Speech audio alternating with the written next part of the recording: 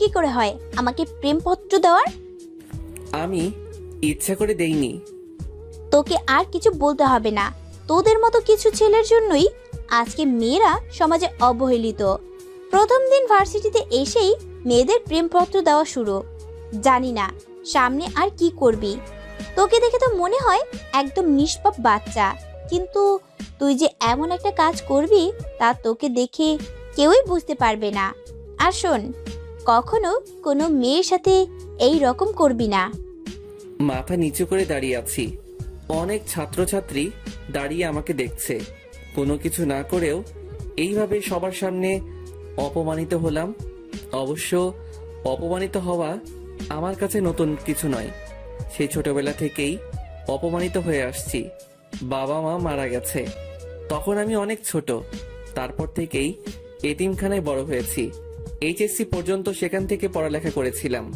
কিন্তু যখন আমার বয়স 18 হলো, তারপর তারা আমাকে কিছু টাকা দিয়ে বলল যে এখন থেকে আমি আর এখানে থাকতে পারবো না।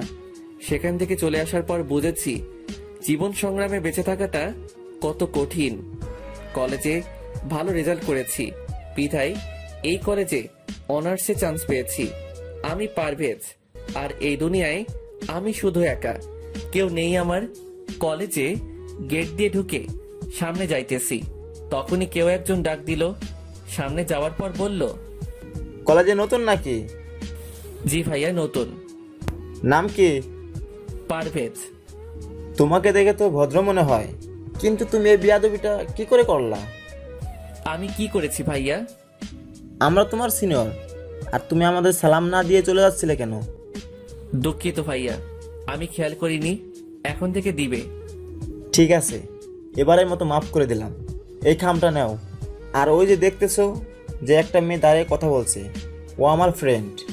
তুমি ক্লাসে যাওয়ার সময় ওই মেয়েটাকে এই খামটা দিবা।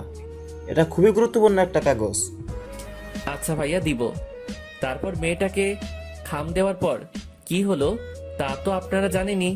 ক্লাসে চলে আসলাম। কিছুক্ষণ পর দেখলাম ওই ছেলেগুলো আর ওই মেয়েটাও ক্লাসে আসছে। তার মানে ছেলেগুলো আমার সিনিয়র নয়। স্যার এসে সবার সাথে পরিচয় পর্ব সেরে নিলেন। প্রথম দিন ছিল বলে আজকে তেমন আর ক্লাস হয়নি। কলেজ থেকে বের হব তখনই দেখলাম ওই ছেলেগুলো আড্ডা দিচ্ছে আর বলতে লাগলো, সাকিব, তুই তো ছেলেটাকে ভালোই বোকা বানালি। ছেলেটাকে দিয়ে অনেক মজা পেয়েছি। তাজা বলেছিস, ছেলেটা কিন্তু ভীষণ বোকা। কালকে আবার নতুন কিছু দিতে হবে, ওকে? এই বলে সবাই হাসতে লাগলো। কলেজ থেকে বের হয়ে আসলাম আর ভাবতে থাকলাম এদের থেকে যতই দূরে থাকবো ততই ভালো। যাই হোক, এক রুমের বাসা ভাড়া করেছিলাম আর এতিমখানা থেকে একটা হোটেলে চাকরির ব্যবস্থা করে দিয়েছিল। 3টা থেকে রাত 9টা পর্যন্ত ডিউটি। বাসায় গিয়ে কিছু খেয়ে ঘুমিয়ে পড়লাম। ঘুম থেকে উঠতে একটু দেরি হয়ে গেছিল, তাই হোটেলে ঠিক টাইমে পৌঁছাতে পারি নাই। হোটেলে পৌঁছানোর পর ম্যানেজার বলল, এই জন্যই তোমাদের মতো ভার্সিটি পড়ুয়া ছেলেদের কাজ দিতে নেই। প্রথম দিনেই দেরি। সরি স্যার, আর হবে না। যাও কাজ করো। রাত 9টার সময় কাজ শেষ হলো। বাসায় আসতে আসতে 10টা বেজে গেল। রাতের খাবার হোটেলেই খাই। বাসায় এসে পড়তে বসলাম। পড়া শেষ করে ঘুমাতে গেলাম। সকালে ঘুম থেকে উঠে ফ্রেশ হয়ে কিছুক্ষণ পড়লাম। তারপর কলেজে গেলাম। কলেজে যাওয়ার পর আবার সেই ছেলেটা সাকিব ডাক দিল। তোকে না বলেছিলাম আমাদের সালাম দিতে? সালাম কেন দিব? আমরা তো একসাথেই পড়ি। তোরে তো। তখনই একজন স্যার চলে আসলো। কি হচ্ছে কি এখানে? যাও ক্লাসে যাও। তারপর ক্লাসে চলে আসলাম। ক্লাসটা শেষ করে যখনই বাইরে আসবো তখনই একটা ছেলে আমাকে ধাক্কা দিল। তোর সাহস কি করে হয় আমাকে জড়িয়ে ধরার? আমি ইচ্ছে করে করিনি, কে যেন আমাকে ধাক্কা দিয়েছে। অন্যায় করে আবার মিথ্যা কথা বলিস? প্রথম দিন আমাকে লাভ স্টোরি দিলি, আজকে আবার জড়িয়ে ধরেছিস। তোকে যেন আর কখনো আমার সামনে না দেখি। এই বলে মেয়েটা চলে গেল। তখনই সাকিব বলল, কিরে, কেমন দিলাম? এখন থেকে সব সময় আমাকে সালাম দিবি। কিছু বললাম না, জানি এদের কিছু বলে লাভ হবে না। চলে আসলাম সেখান থেকে। রাস্তা দিয়ে হাঁটছি। আমি কি শুধু সবার কাছে অবহেলিত হয়ে থাকবো? বাইরের পৃথিবীটা যে কত কষ্টের তা এখন বুঝতে পারছি। বাসায় চলে আসলাম। আজকে আর ঘুমালাম না, ঠিক টাইমেই হোটেলে চলে আসছি। তখনই ম্যানেজার এসে বলল, পারভেজ, এই খাবারগুলো ওই টেবিলে দিয়ে এসো। আচ্ছা স্যার। খাবার দিতে গেলাম, তখনই একজন বলল, এতক্ষণ লাগে খাবার দিতে? সে কখন থেকে অপেক্ষা করছি। ঠিক টাইমেই তো দিলাম স্যার। আবার মুখে মুখে কথা, যাও এখান থেকে। চলে আসলাম ওখান থেকে, ঠিক টাইমে খাবার দিলাম। তারপরে বলে যে দেরি হয়েছে। হোটেলের কাজ শেষ করে বাসায় চলে আসলাম। কিছুক্ষণ পড়ার পর ঘুমোতে গেলাম। শুয়ে শুয়ে ভাবছি, আমার জীবনের লক্ষ্য কি? এই দুনিয়ায় তো আমার কেউ নেই, না আছে কোনো আত্মীয় স্বজন, না আছে কোনো বন্ধু। আমার সাথে তো কেউ ভালো ব্যবহার করে না। জানি না এই অবহেলিত জীবনের সমাপ্তি কখন ঘটবে। আমি মরে গেলে আমার লাশ দাফন করার জন্য কেউ থাকবে না। এসব ভাবছি আর দু চোখ বেয়ে পানি পড়ছে। সকালে ঘুম থেকে উঠে কিছুক্ষণ পড়লাম, তারপর কলেজে আসলাম। ক্লাসে বসে আছি, সবাই যার যার মতো আড্ডা দিচ্ছে, আর আমি পিছনের বেঞ্চে বসে আছি। কারণ হলো আমি তাদের মতো নই। হঠাৎ করে সাকিব বলল, কিরে, তুই প্রতিদিন একই শার্ট পরে কলেজ আসিস কেন? কলেজের মানবতার দেওয়াল থেকে কিছু কাপড় নিস, ওগুলো তোর পরনের কাপড় থেকেও ভালো। এটা বলার পরই সবাই হাসতে লাগলো, আর আমি মাথা নিচু করে চোখের পানি ফেলছি। স্যার ক্লাসে আসলো, পড়ানো শুরু করলেন। ক্লাস শেষ করে কলেজ ক্যান্টিনে আসলাম। খুবই ক্ষুধা লাগছিল, তাই কিছু খেতে গেলাম। একটা চেয়ারে বসে সিঙ্গারা খাচ্ছি, তখনই সাকিব আর ওর বন্ধুরা আসলো। তারা সবাই আমার পাশে থাকা চেয়ারে বসলো। ওই মামা, সিঙ্গারা দাও তো। তারা সবাই আমার পাশে বসে সিঙ্গারা খাচ্ছে। সিঙ্গারা খাওয়ার পর আমাকে দেখিয়ে বলল, এই মামা, সিঙ্গারা টাকা ও দেবে। আমাকে কিছু বলার সুযোগ না দিয়েই তারা চলে গেল। তারপর বাধ্য হয়ে আমাকে টাকা দিতে হলো। তারপর সেখান থেকে বাসায় চলে আসলাম। ভাবছি আজকে দুপুরে না খেয়ে থাকতে হবে। আমার মতো ছেলের না খেয়ে থাকলে কারো যায় আসে না। বাসায় বসে এসব ভাবছি, তখনই পাশের বাসার এক বড় ভাই এসে বলল, পারভেজ, তোমার রক্তের গ্রুপ কি? বি পজিটিভ ভাই। তুমি কি রক্ত দিতে পারবে? জি ভাই, পারবো। তারপর বড় ভাইয়ের সাথে হাসপাতালে গেলাম রক্ত দিতে। রক্ত দেওয়ার পর কিছুক্ষণ বেডে শুয়ে বিশ্রাম নিলাম। দুপুরে আর না খেয়ে থাকতে হয়নি, অনেক কিছু খেতে দিয়েছিল আমাকে। সেখান থেকে আর বাসায় গেলাম না, ওখান থেকেই হোটেলে চলে গেলাম। আজকে অনেক দেরি হয়ে গেছে, জানি না আজকে গেলে ম্যানেজার কি বলবে। হোটেলে যাওয়ার পরই ম্যানেজার বলল, তোমার কি কোনো দায়িত্ববোধ নেই? তোমাকে বলেছিলাম না যে দেরি করবে না? Sorry sir. এখানে আর দাঁড়িয়ে না থেকে যাও, কাজ করো। কাজ শেষ করে বাসায় আসলাম। শরীরটা খুবই খারাপ লাগছে, তাই আজকে আর পড়তে বসলাম না, তাড়াতাড়ি ঘুমিয়ে পড়লাম। সকালে ঘুম থেকে উঠে কিছুক্ষণ পড়লাম, তারপর কলেজে গেলাম। কলেজে যাওয়ার পর সাকিব ডাক দিল। ওদের ওখানে গিয়ে দেখলাম ওরা সবাই সিগারেট খাচ্ছে। আমি আবার সিগারেটের ধোঁয়া সহ্য করতে পারি না, তাই বললাম, যা বলবেন একটু তাড়াতাড়ি বলবেন।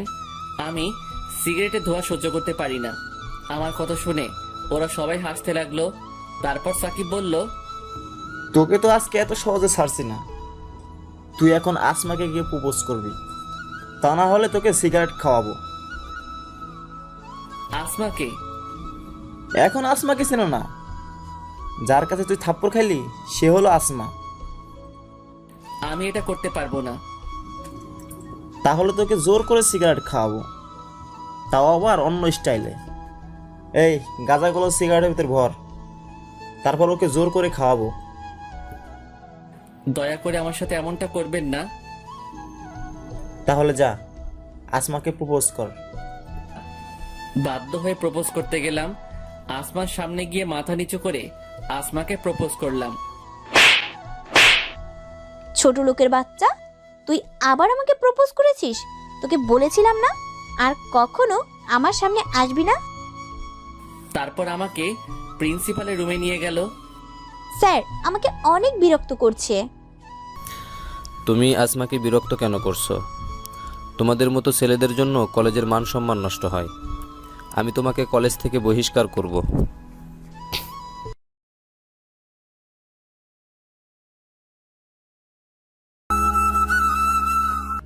স্যার আমাকে অনেক বিরক্ত করছে।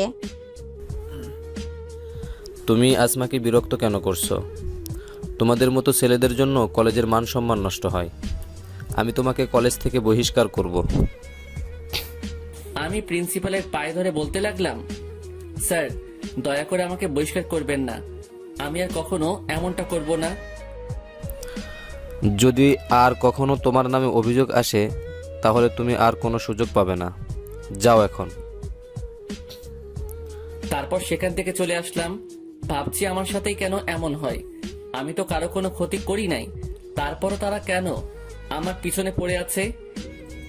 দোস্ত, ছেলেটার সাথে কিন্তু প্রতিদিন সেই মজা হয়। যা বলেছিস, কালকে আবার ওকে নতুনভাবে চাপ দেবো।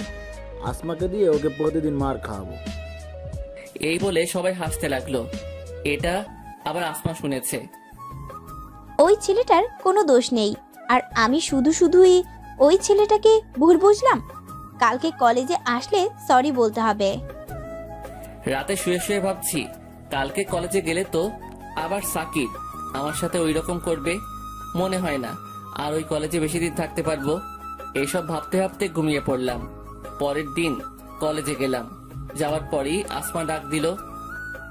সরি। কেন? তোমার কোনো দোষ ছিল না, তারপরও আমি তোমাকে অনেক অপমান করেছি। গতকালকে আমি সাকিবের কাছ থেকে সব শুনেছি। আমাকে মাফ করে দাও, আমি সত্যি খুব দুঃখিত। তোমার তো কোনো দোষ নেই, তোমার জায়গায় অন্য কোনো মেয়ে থাকলেও এটাই করতো। আচ্ছা তাহলে আজ থেকে তুমি আমার বন্ধু। তোমার নাম কি? পারভেজ শেখ। তোমার? আসমা আক্তার আনিকা। আজকে থেকে তাহলে আমরা বন্ধু। না। কেন? তার মানে তুমি আমাকে মাফ করতে পারো নাই? দেখো, তুমি বড়লোক বাবার মেয়ে আর আমি রাস্তার ছেলে, তোমার সাথে আমার বন্ধুত্ব করা ঠিক হবে না। আর কখনো এই কথা বলবে না। তুমি যেমনই হও না কেন, তারপরও তুমি আমার বন্ধু। তারপরও আর কোনো কথা বলবি না। এখন থেকে আমাকে তুই করে বলবি। আচ্ছা, চেষ্টা করব। তারপর ক্লাসে চলে গেলাম। প্রথমবার আমি সামনের বেঞ্চে বসলাম, তাও আবার আসমার সাথে। ক্লাস শেষ করে আসমার সাথে ক্যাম্পাসে বসে আছি। তোর মোবাইল নাম্বার দে। আমি ফোন চালাই না।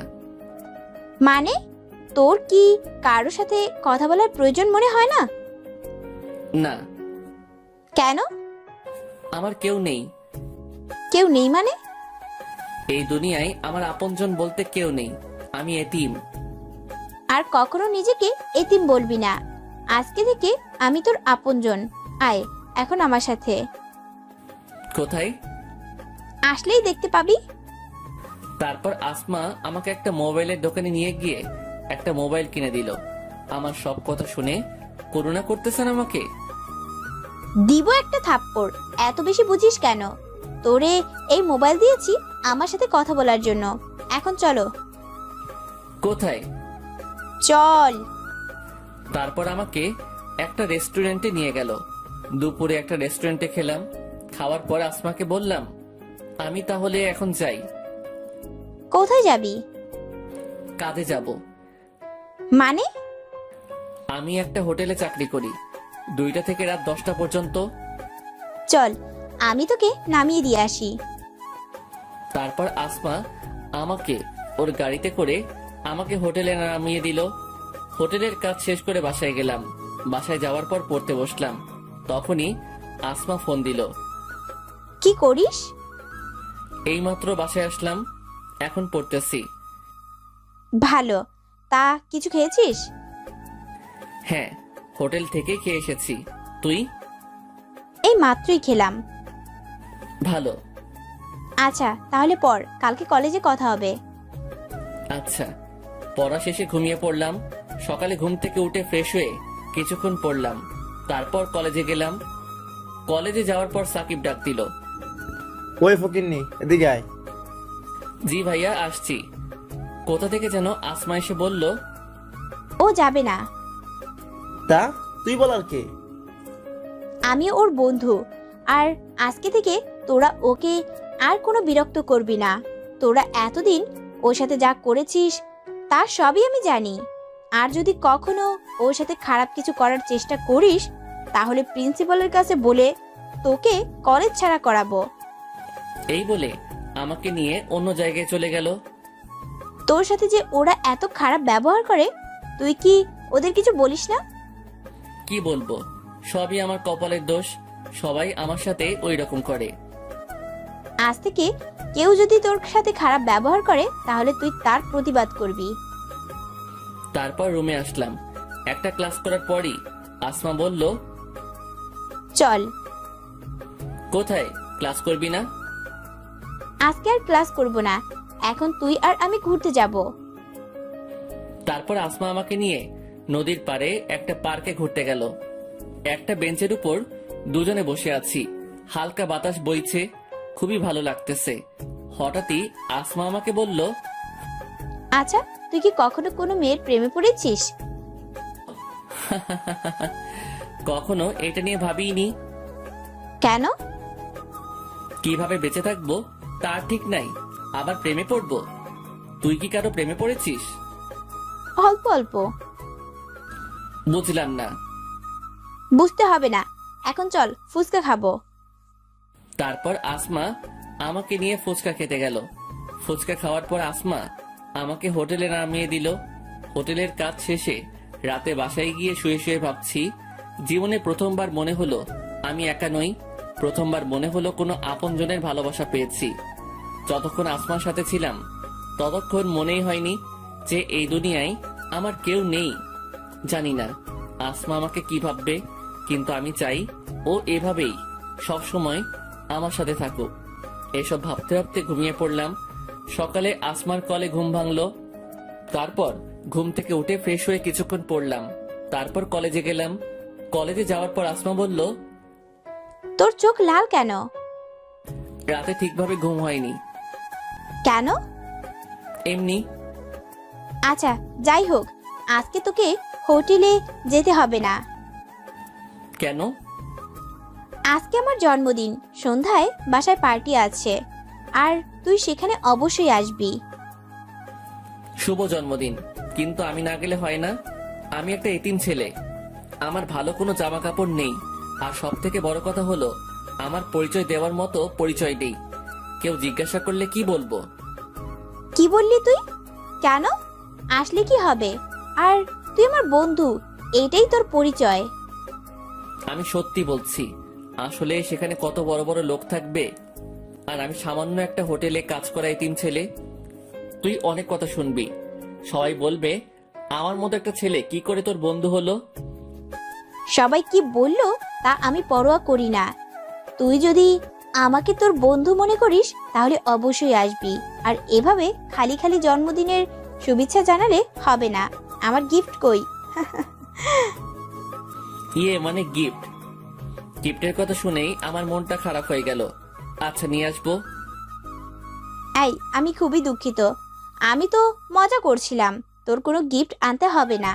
তুই আসলেই আমি খুশি। না, তা কি করে হয়? সেখানে সবাই তো গিফট নিয়ে আসবে। সবাই আর তুই এক না। তোর কাছে আমার কোনো গিফট চাই না। আমার কাছে তুই আমার জন্য গিফট। তোর সাথে সময় কাটানোর পর যে ভালো লাগা কাজ করে তা আমার জীবনে আর কখনো হয়েছে কিনা জানি না। তোর কোনো গিফট আনতে হবে না, শুধু তুই আসলেই আমি অনেক খুশি হব। আচ্ছা, দেখা যাবে, এখন চল। তারপর ক্লাসে গেলাম। আজকে আসমা কলেজ থেকে একটু তাড়াতাড়ি চলে গেল। আসমা চলে যাওয়ার পর কেমন জানি ভালো লাগছিল না, তাই আমিও বাসায় চলে আসলাম। বাসায় এসে ভাবতে থাকলাম আমার কি করা উচিত। সেখানে যাওয়া কি ঠিক হবে, না শুধু গিফটটা দিয়ে আসবো? যদি যাই তাহলে আসমা অনেক কথা শুনবে, সেটা আমি নিশ্চিত। আর যদি না যাই তাহলে তো আসমা অনেক কষ্ট পাবে। না, আমি আসমাকে জেনে শুনে কষ্ট দিতে পারি না। ওই জীবনে প্রথম কোনো ব্যক্তি যে আমার এতটা খেয়াল রেখেছিল। আমি আসমাকে কখনো কষ্ট দিতে পারি না, কিন্তু আসমার জন্য কি গিফট কিনবো? যাই কিনি না কেন সেটা ওর জন্মদিনের সব থেকে কম দামি গিফট হবে। অনেক কষ্ট করে 2000 টাকা জমিয়েছিলাম, ভেবেছিলাম বাবা মায়ের জন্য মিলাদ পড়াবো, ভাবছি সেটা পরে পড়াবো। ওই টাকা দিয়ে আসমার জন্য একটা শাড়ি কিনবো। সন্ধ্যার সময় দোকান থেকে একটা শাড়ি কিনে আসমাদের বাসায় গেলাম। গেট দিয়ে ঢুকবো তখনই দারোয়ান এসে বাধা দিল। দাঁড়ান, কোথায় যাচ্ছেন? ভিতরে যাব। কে আপনি যে ভিতরে যাবেন? আমি আসমার বন্ধু। দারোয়ান আমার দিকে অনেকক্ষণ তাকিয়ে থেকে তারপর বলল, ফাইজলামি করেন? আপনি কিভাবে আসমা ম্যাডামের বন্ধু হতে পারেন? সরি পারভেজ, আপনি ওকে ঢুকতে দিলেন না কেন? দুঃখিত ম্যাডাম, আমি বুঝতে পারি নাই। তারপর আসমা আমাকে বাড়ির ভিতরে নিয়ে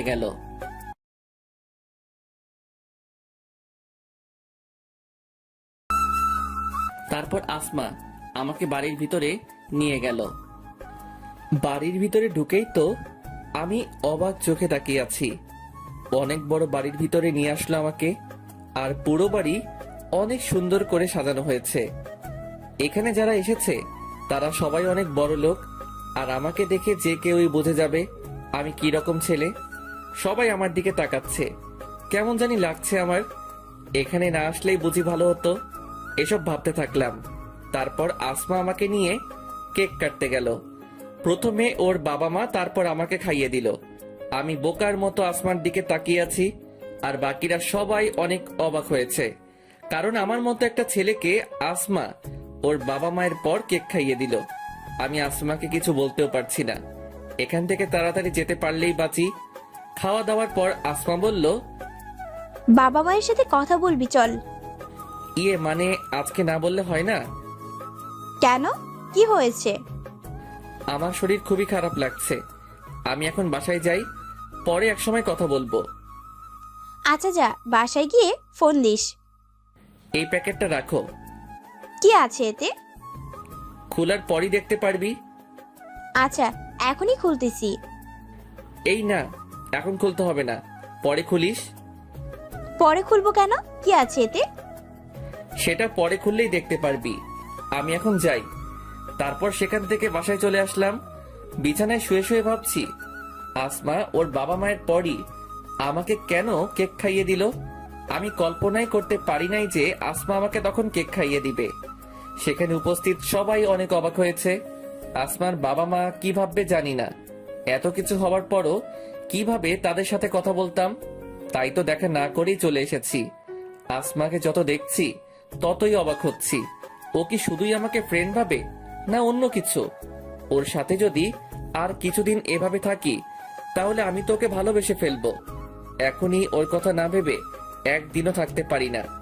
ওই আমার জীবনের প্রথম ব্যক্তি যে আমার এতটা খেয়াল রাখছে। জীবনের প্রথমবার মনে হয়েছে কোনো আপনজনের ভালোবাসা পেয়েছি। জানি না ওকে ছাড়া কোনোদিনও থাকতে পারবো কিনা, কিন্তু ও তো আর সবসময় আমার সাথে থাকবে না। আমার মনে হয় ও আমাকে ভালোবাসে। তাহলে কি ওকে আমার মনের কথা বলে দিব? কিন্তু ও যদি আমাকে ভালো না বাসে তাহলে তো আমাকে ভুল বুঝবে। তার চেয়ে না বলাই থাক, শুধু বন্ধু হয়ে থাকি। সকালে ঘুম থেকে উঠে মোবাইলটা হাতে নিলাম। দেখলাম রাতে আসমা অনেকগুলো কল করেছিল। মোবাইল সাইলেন্ট করা ছিল, তাই শুনতে পাইনি। এখন আর কল দিলাম না। তারপর ফ্রেশ হয়ে খেয়ে কিছুক্ষণ পড়লাম। তারপর কলেজে গেলাম। কলেজে গিয়ে দেখলাম আসমা আমার আগে চলে এসেছে। আমাকে দেখে রাগী কণ্ঠে বলতে লাগলো, রাতে কই ছিলি? কেন, বাসায় ছিলাম। কতগুলো কল করছি, ধরলি না কেন? আসলে তোদের ওখান থেকে আসার পরপরই ঘুমিয়ে গেছিলাম, আর মোবাইল সাইলেন্ট করা ছিল, তাই শুনতে পাইনি। তোকে বলেছিলাম না গিফট না আনতে, তারপরও কেন আনলি? কেন, পছন্দ হয়নি? দিব এক থাপ্পড়। পছন্দ হবে না কেন? কত সুন্দর একটা শাড়ি, কিন্তু তুই এত টাকা কিভাবে জোগাড় করলি? এত টাকা কোথায় পেলি? মাত্র 2000 টাকা। তোর জন্মদিনে সব থেকে কম দামি গিফট। টাকা আমার কাছে ছিল। তোকে দেখেই বোঝা যাচ্ছে যে তুই মিথ্যা কথা বলছিস। সত্য কথা বল। আসলে একটু একটু করে ওই টাকাগুলো জমিয়েছিলাম। ভেবেছিলাম বাবা মায়ের নামে মিলাদ পড়াবো। এখন ভাবছি মিলাদ পরে পড়াবো। তার মানে ওই টাকা দিয়েই তুই আমার জন্য শাড়ি কিনেছিস? আসমার দু চোখ বেয়ে পানি পড়ছে, আর সাথে সাথেই আমাকে জড়িয়ে ধরে কাঁদতে কাঁদতে বলল, কেন তুই ওই টাকা দিয়ে শাড়ি কিনতে গেলি? তোর কাছে আমার কোনো গিফট চাই না। আমার কাছে তুই সব থেকে বড় গিফট। চল এখন কোথায়? একটা এতিমখানায় যাব, কেন? তোর বাবা মায়ের জন্য মিলাদ পড়াতে। দুঃখিত, এটা আমি করতে পারবো না। কেন? আমি আমার নিজের টাকা দিয়ে বাবা মায়ের জন্য মিলাদ পড়াবো। তো কি হয়েছে? মনে কর আমার টাকাই তোর টাকা। কিছু মনে করিস না, আমার নিজের উপার্জিত টাকা দিয়ে মিলাদ পড়াবো, কারো কাছ থেকে নিয়ে নয়। আর এখন বল, শাড়িটা কেমন লাগছে? অনেক সুন্দর। তা কখনো কি শাড়িটা পরবি? পরবো না কেন? না মানে শাড়িটা তো অনেক কম দামি। তুই তো মনে হয় এত কম দামি জিনিস পরিস না, তাই বললাম। পরিনি তো কি হয়েছে, এখন থেকে পরবো।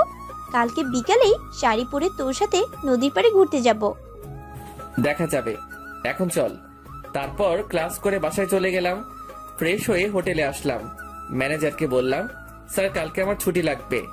তারপর ম্যানেজার বলল, রোজ রোজ তোমাকে ছুটি দিতে পারবো না। যদি কাজ করতে মন না চায় তাহলে আর আসার দরকার নেই। সরি স্যার, আর কখনো ছুটি নিব না, শুধু কালকেই লাস্ট। মনে থাকে যেন কথাটা। কালকের পরে ছুটি নিতে হলে একবারে নিবে। এখন যাও, কাজ করো। রাতে কাজ করে বাসায় এসে কিছুক্ষণ পড়লাম। পড়ার পর ঘুমাতে গেলাম। ভাবতে থাকলাম আসমার কথা। প্রথম কোনো মেয়ে আমাকে জড়িয়ে ধরলো। আমি কল্পনাই করতে পারি নাই যে আসমা আমাকে জড়িয়ে ধরবে। ওর সাথে থাকতে থাকতে কখন যে ওকে ভালোবেসে ফেলেছি তা নিজেও জানি না। এখন তো এমন হয়েছে, ওর সাথে কথা না বলে থাকতেই পারি না। যখনই কেউ আমার সাথে খারাপ ব্যবহার করে তখনই আসমার হাসি মুখটা চোখের সামনে ভেসে ওঠে। তখন সেই সব অপমান আর গায়ে লাগে না। কালকে বিকালে আসমা আমার দেওয়া শাড়ি পরবে। তাহলে কালকে কি আসমাকে আমার মনের কথা বলে দিব? জানি না ও আমাকে কি ভাববে। সকালে ঘুম থেকে উঠে ফ্রেশ হয়ে কলেজে গেলাম। আজকে একটু আগে কলেজে চলে আসলাম। গিয়ে দেখি আসমা এখনো আসেনি। কিছুক্ষণ একটা বেঞ্চের উপর বসলাম। এর মধ্যে আসমাও চলে এসেছে। আমার কাছে এসে বলতে লাগলো, আজকে এত তাড়াতাড়ি চলে এসেছিস? সবসময় তো আমার পরে আসতি। এমনি আগে চলে এসেছি। আজকে বিকালে যখন ঘুরতে যাব তখন তোকে একটা কথা বলবো। আমিও তোকে কিছু বলবো। কি বলবি? তার সময় হলেই জানতে পারবি। আচ্ছা ঠিক আছে, এখন চল ক্লাসে যাই। চল। ক্লাস শেষ করে বাসায় চলে আসলাম। গোসল করে কিছু খেলাম। তারপর একটু ঘুমিয়ে নিলাম। তারপর তৈরি হয়ে নদীর পাড়ে গেলাম আসমার সাথে দেখা করতে। আসমার আসার আগেই আমি সেখানে চলে গেছি। আমি খুবই চিন্তিত। জানি না আসমাকে আমার ভালোবাসার কথা বললে ও কিভাবে নেবে সেটা। যদি ও আমাকে ভালো না বাসে তাহলে হয়তো আমাদের বন্ধুত্ব ভেঙে যাবে। কিন্তু আমি তো আসমাকে ছাড়া থাকতে পারবো না। অনেক ভালোবেসে ফেলেছি ওকে। কিন্তু ও আমাকে কি কথা বলবে? ও কি আমায় ভালোবাসে? এসবই মাথায় ঘুরপাক খাচ্ছে। এর ভিতরে আসমা চলে এসেছে। আমার দেওয়া শাড়ি পরে এসেছে। খুবই সুন্দর লাগছে ওকে। ওর দিকে এক ধ্যানে তাকিয়ে থাকলাম। ও আমার কাছে এসে বলতে লাগলো, এভাবে তাকিয়ে কি দেখছিস? তোকে দেখছি। আমাকে আজকে নতুন দেখছিস মনে হয়? তা না, তোকে আজকে অনেক সুন্দর লাগছে। ভাবছি সত্যি কি এটা তুই না অন্য কেউ। আর শাড়িটা পরার জন্য ধন্যবাদ। তাকিয়ে থাকতে হবে না, আর ধন্যবাদও দিতে হবে না। এখন চল কিছুক্ষণ হাঁটি। তারপর আসমার সাথে হাঁটতে থাকলাম। আসমা কথা বলছে আর আমি নির্বাক শ্রোতার মতো ওর কথা শুনছি আর ওকে দেখছি। আজকে আসমাকে খুবই সুন্দর লাগছে। ভাবছি এখনই ওকে ভালোবাসার কথা বলবো, কিন্তু তার আগে আসমা বলল, চল ফুচকা খেয়ে আসি। চলো। আমাকে নিয়ে ফুচকা খেতে গেল। তারপর দুজনে মিলে ফুচকা খেলাম। ফুচকা খাওয়ার পর নদীর পাড়ের একটা বেঞ্চে দুজনে বসে আছি। আচ্ছা, তুই না আমাকে কিছু বলতে চাইছিলি? তুইও তো কিছু বলতে চাইছিলি। আগে তুই বল, তারপর আমি বলবো। না, আগে তোরটা বলবি। আচ্ছা, আমিই বলবো একটু পরে। দাঁড়া, একজনকে ফোন করে নেই। কোথায়? তাড়াতাড়ি এসো, আমরা সেই কখন থেকে বসে আছি। কার সাথে কথা বললি? আর কে আসবে? আসলেই দেখতে পাবি। আচ্ছা পারভেজ, মনে কর তুই একজনকে ভালোবাসিস কিন্তু বলতে পারছিস না, কিন্তু হঠাৎ করেই সে যদি তোকে প্রপোজ করে, তাহলে কি করবি? অবশ্যই রাজি হব। আমিও একজনকে ভালোবেসে ফেলেছি। তার মানে ও কি আমাকে ভালোবাসে? খুবই আগ্রহ নিয়ে ওকে জিজ্ঞেস করলাম, কাকে ভালোবাসিস তুই? বলবো একটু পরে, এখন ঝালমুড়ি খাবো দুজনে, আর তার ভিতরে ও চলে আসবে।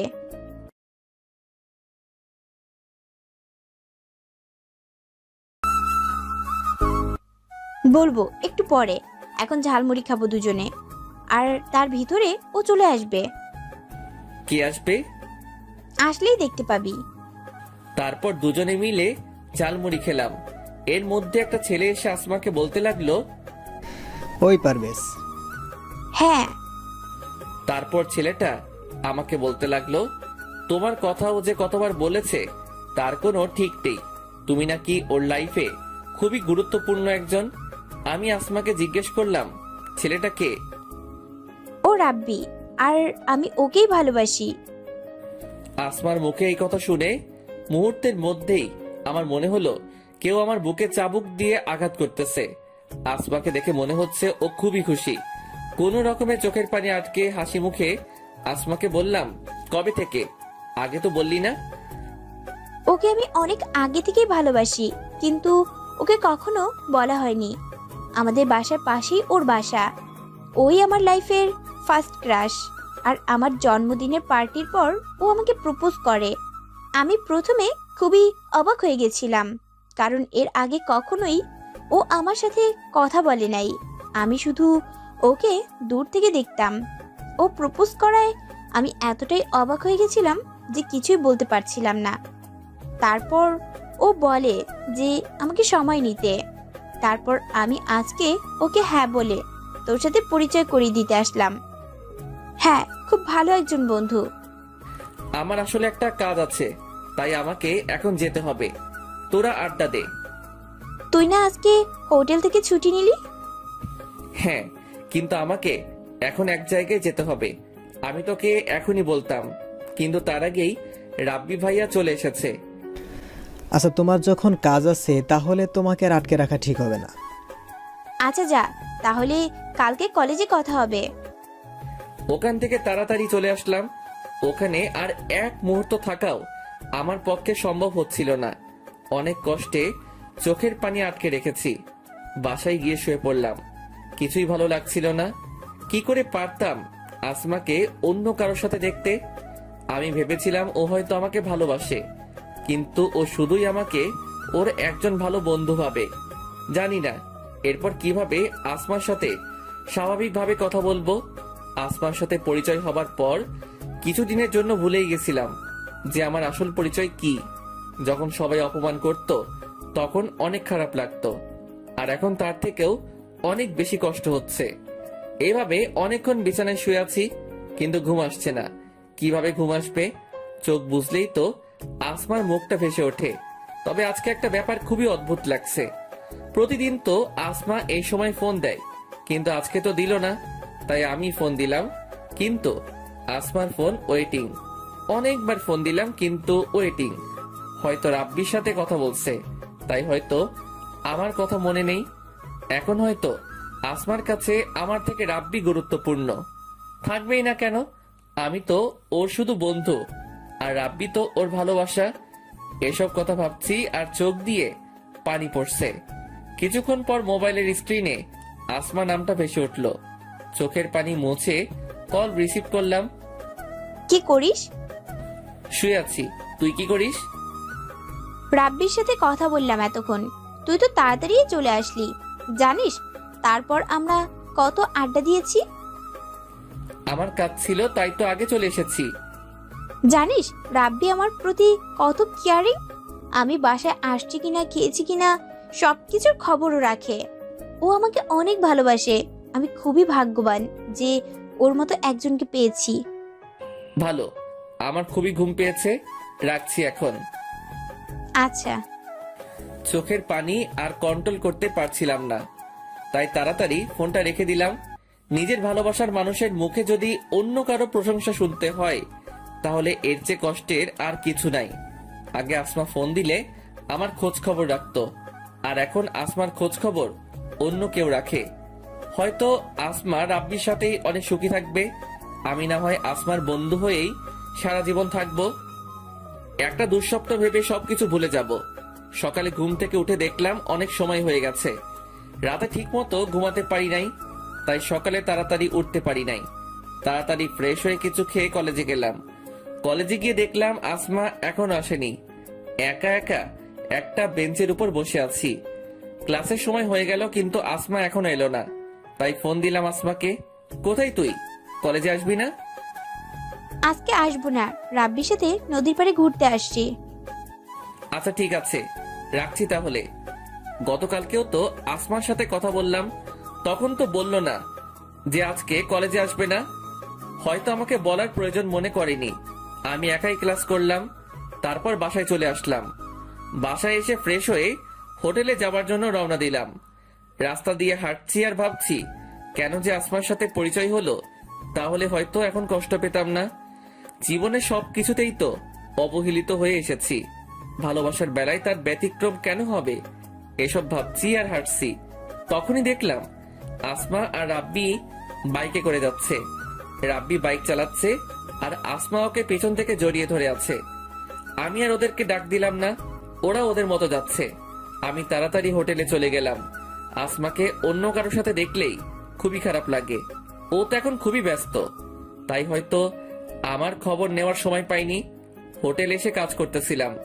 আজকে কেন জানি কাজ করতেও ভালো লাগছিল না। অন্য মনস্ক হয়ে খাবার নিয়ে একটা টেবিলে গেলাম। অসাবধানতা বশত কিছু খাবার একটা মেয়ের গায়ে পড়লো। ছোট লোক কোথাকার, দেখে কাজ করতে পারিস না? দিলি তো আমার জামাটা নষ্ট করে। জানিস তোর থেকে আমার জামার দাম বেশি। এর ভিতরে ম্যানেজার চলে এসেছে। কি হয়েছে এখানে? এই ছোট লোকটা আমার গায়ে খাবার ফেলে দিয়েছে। আমরা খুবই দুঃখিত ম্যাম, দয়া করে আর রাগারাগি করবেন না, তাতে আমাদের হোটেলের সম্মান নষ্ট হবে। আমরা ওর বিচার করব। পারভেজ, তুমি আমার সাথে এসো।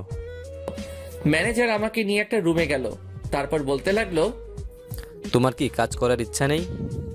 মাঝে মাঝে ছুটি নাও, সময় মতো আসো না। তার উপর আবার আজকে যে ঘটনা ঘটালে, এরপর আর তোমাকে কাজে রাখা সম্ভব নয়। স্যার দয়া করে আমাকে কাজ থেকে বের করে দিবেন না, কথা দিচ্ছি এরপর আর আমার নামে কোনো অভিযোগ আসতে দিব না। মাফ করতে পারি এক শর্তে, এখন গিয়ে ওই মেয়েটার কাছে সরি বলবে। সে যদি মাফ করে তাহলেই তোমার চাকরি থাকবে। ঠিক আছে স্যার। তারপর মেয়েটার কাছে গিয়ে বললাম, সরি ম্যাম, আমাকে মাফ করে দিন, আমার ভুল হয়ে গেছে। দিলাম মাফ করে, এখন যা। হোটেলের কাজ করে রাতে বাসায় আসলাম। বিছানায় শুয়ে শুয়ে ভাবছি দুনিয়াটা বড় অদ্ভুত। অপরাধ না করেও মাপ চাইতে হলো। আর মেয়েটা যা বলেছে ঠিকই বলেছে, আমার থেকে তার জামার দামও অনেক বেশি। আসমাকে কল দিলাম কিন্তু ওয়েটিং। অনেকবার কল দিলাম কিন্তু ওয়েটিং। বিছানায় শুয়ে আছি, ভাবছি আসমা হয়তো কল দিবে, কিন্তু অনেক সময় হয়ে গেল কিন্তু কল দিল না। ওর কাছে কি আমি এতটাই মূল্যহীন যে একবার আমাকে কল দিতেও পারলো না? ওকে তো আর আমি ভালোবাসতে বলছি না, আমি তো শুধু ওর বন্ধু হয়েই থাকতে চাইছিলাম। এগুলো ভাবতে ভাবতে একটা সময় ঘুমিয়ে গেলাম। সকালে ঘুম থেকে উঠেই আগে ফোনটা হাতে নিলাম, কিন্তু যে আশায় হাতে নিয়েছিলাম তা পূরণ হয়নি। আসমা আমাকে একটিবারও কল করেনি, হয়তো ওর কাছে এখন রাব্বি সব। ফ্রেশ হয়ে কিছুক্ষণ পড়লাম, কিন্তু পড়ায় একদমই মন বসছিল না। তারপরও পড়ার চেষ্টা করলাম। পড়া শেষে কিছু খেয়ে কলেজে আসলাম। গিয়ে দেখি আসমা এখনো আসেনি, তাই একা একা একটা বেঞ্চের উপর বসে সময় কাটালাম। ক্লাস শুরু হওয়ার কিছুক্ষণ আগে আসমা আসলো। এত দেরি হলো কেন আজকে? আর বলিস না, গতকাল অনেক রাত পর্যন্ত রাব্বির সাথে কথা বলেছিলাম, তাই ঘুম থেকে উঠতে দেরি হয়েছে। রাতে তোকে অনেকবার কল দিয়েছিলাম। সরি, আমি খেয়াল করিনি। রাব্বির সাথে কথা বলে ঘুমিয়ে গেছিলাম, তাই মনে ছিল না। প্লিজ কিছু মনে করিস না। আরে না, মনে করার কি আছে? আচ্ছা, বিকালে তোর সাথে নদীর পাড়ে ঘুরতে যাব, ঠিক আছে? না, বিকালে যাওয়া যাবে না। হোটেল থেকে আমাকে ছুটি দিবে না। তাহলে কালকে কলেজ ডেমে যাব, ঠিক আছে? আচ্ছা। তারপর ক্লাস করে বাসায় চলে আসলাম। আজকে অনেক খুশি লাগছে, কারণ কালকে আসমার সাথে ঘুরতে যেতে পারবো। এত খুশি হয়ে কাজ নাই। এখন তাড়াতাড়ি রেডি হয়ে হোটেলে যেতে হবে। দেরি করলে চাকরি থাকবে না, আমাকে আর কোনো সুযোগও দিবে না। ঠিক সময়ে হোটেলে চলে আসলাম। তারপর নিজের কাজ করতে লাগলাম। আমাকে দেখে ম্যানেজার বলতে লাগলো, প্রতিদিন এভাবে ঠিক সময়ে আসবে আর ভালোভাবে কাজ করবে। জি স্যার। আজকে কাজ করেও কেন জানি অনেক আনন্দ পাচ্ছি। হয়তো আসমার জন্য, কারণ কালকে ওর সাথে নদীর পাড়ে ঘুরতে যাব। অনেকদিন পর আসমার সাথে আড্ডা দিব, ভাবতেই অনেক ভালো লাগছে। কাজ করে বাসায় চলে আসলাম। ফ্রেশ হয়ে কিছুক্ষণ পড়লাম। তারপর ভাবছি আসমাকে একটা ফোন দিব। যেই বাবা সেই কাজ, আসমাকে ফোন দিলাম, কিন্তু ফোন ওয়েটিং। অনেকবার ফোন দিলাম, তাও ওয়েটিং। তোর মুডটাই খারাপ হয়ে গেল। আরে, আমি এত চিন্তা করছি কেন? কালকে তো আসমার সাথে কথা হবেই, এই ভেবে ঘুমিয়ে পড়লাম। সকালে কলেজে গিয়ে দেখলাম আসমা এখনো আসেনি। আগে আসমা সব সময় আমার আগেই কলেজে আসতো। ইদানিং দেখছি আসমা কলেজে খুবই লেট করে আসে। হয়তো রাতে রাব্বির সাথে কথা বলে, তাই সকালে ঘুম থেকে উঠতে দেরি হয়। মন খারাপ করে একটা বেঞ্চের উপর বসে রইলাম। কিছুক্ষণ পর আসমা আসলো।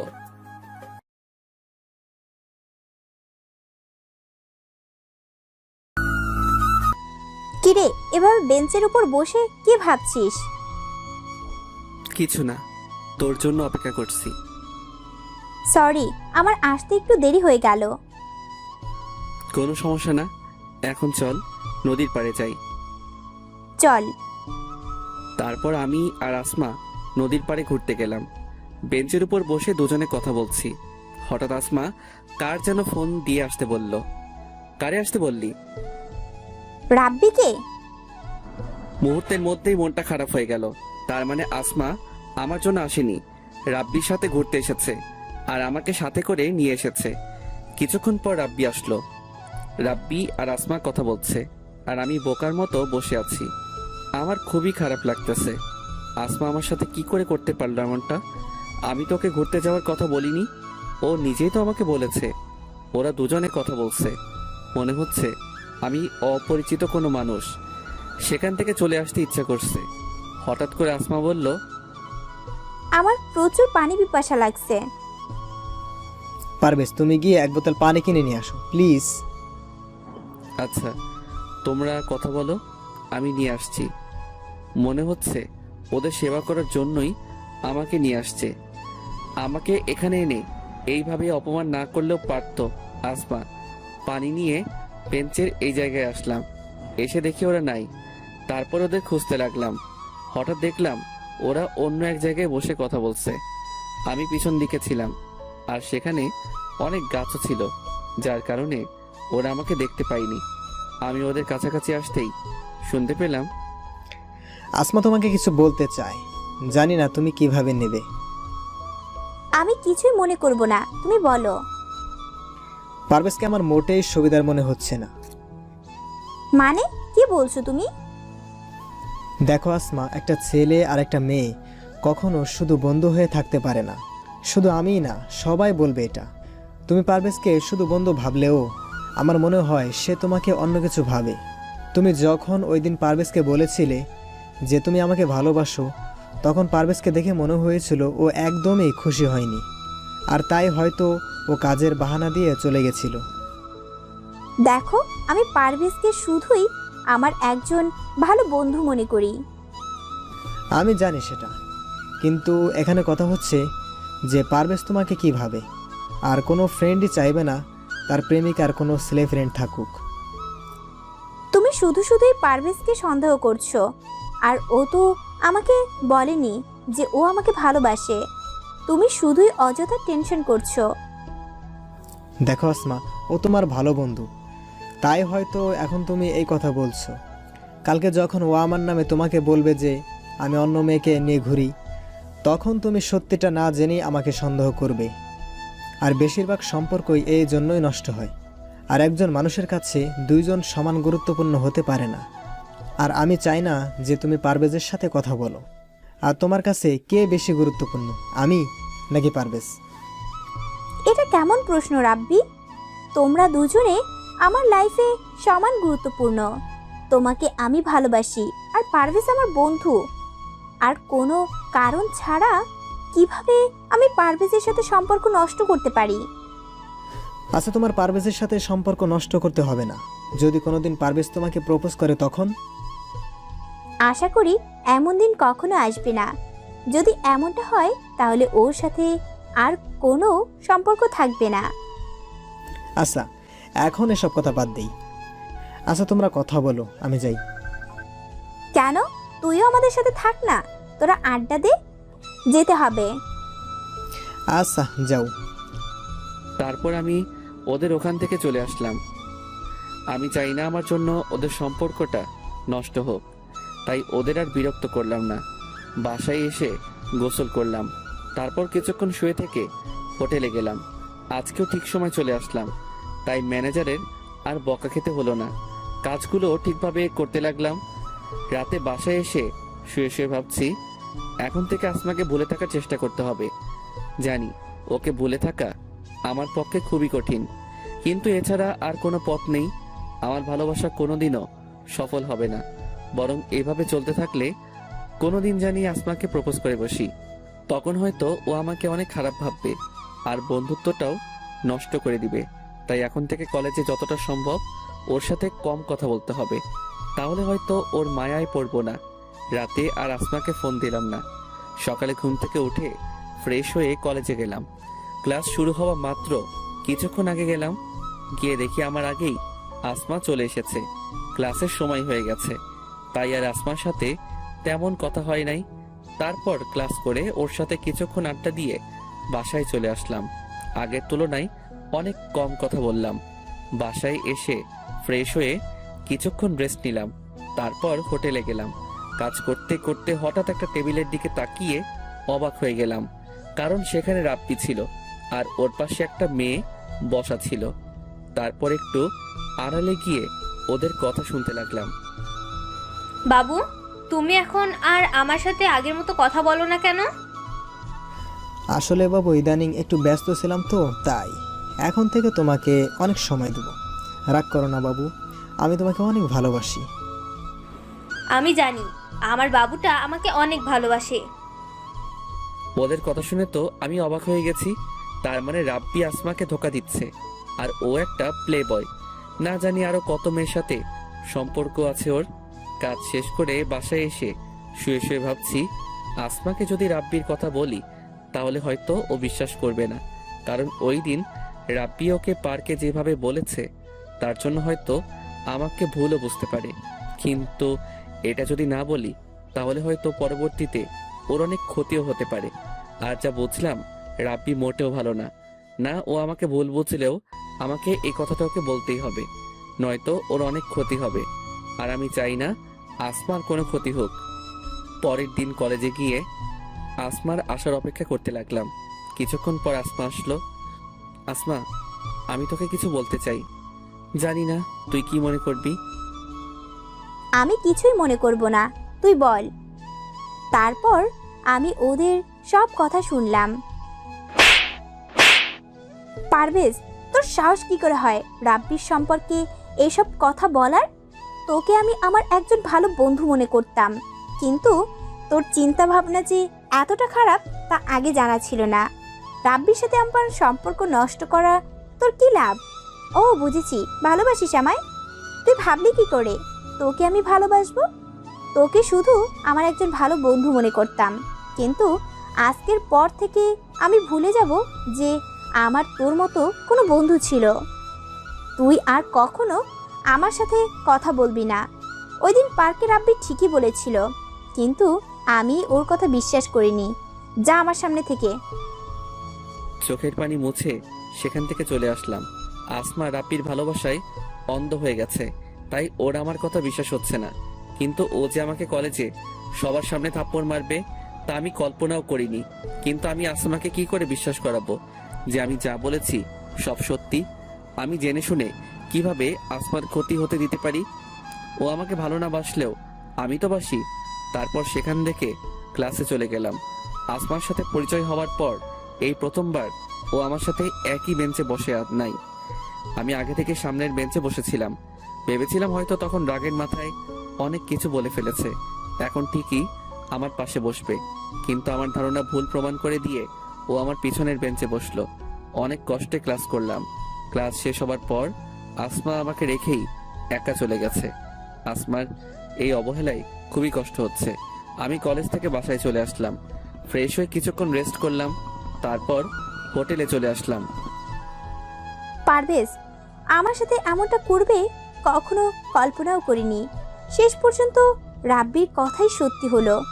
সেদিন যদি ওর কথা বিশ্বাস করতাম তাহলে আজকে এই দিনটা দেখতে হতো না। পারভেজের চিন্তাভাবনা এতটা খারাপ তা আগে বুঝতে পারি নাই। বিকেলে রাব্বির সাথে নদীর পাড়ে ঘুরতে গেলাম। কি ব্যাপার আসমা, তোমার মন কি খারাপ? কখনো ভাবতেই পারি নাই যে আমার জীবনে এরকম ঘটনা ঘটবে। কি হয়েছে? পারভেজ যে এতটা খারাপ তা আগে জানা ছিল না। ওকে আমি আমার একজন ভালো বন্ধু মনে করতাম। ওর কত বড় সাহস তোমার সম্পর্কে বাজে কথা বলে। কি বলেছে? তোমাকে নাকি ও কোন মেয়ের সাথে দেখেছে, তোমরা নাকি একে অপরকে ভালোবাসো। কথাটা শুনে আমার এতটা রাগ হয়েছিল যে সাথে সাথেই ওকে থাপ্পড় মেরেছি আর ওর সাথে বন্ধুত্ব শেষ করেছি। সেদিন তোমার কথা বিশ্বাস না করে অনেক বড় ভুল করে ফেলেছি।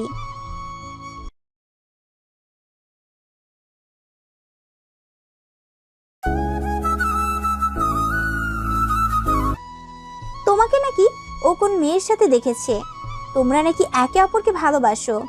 কথাটা শুনে আমার এতটা রাগ হয়েছিল যে সাথে সাথেই ওকে থাপ্পড় মেরেছি আর ওর সাথে বন্ধুত্ব শেষ করেছি।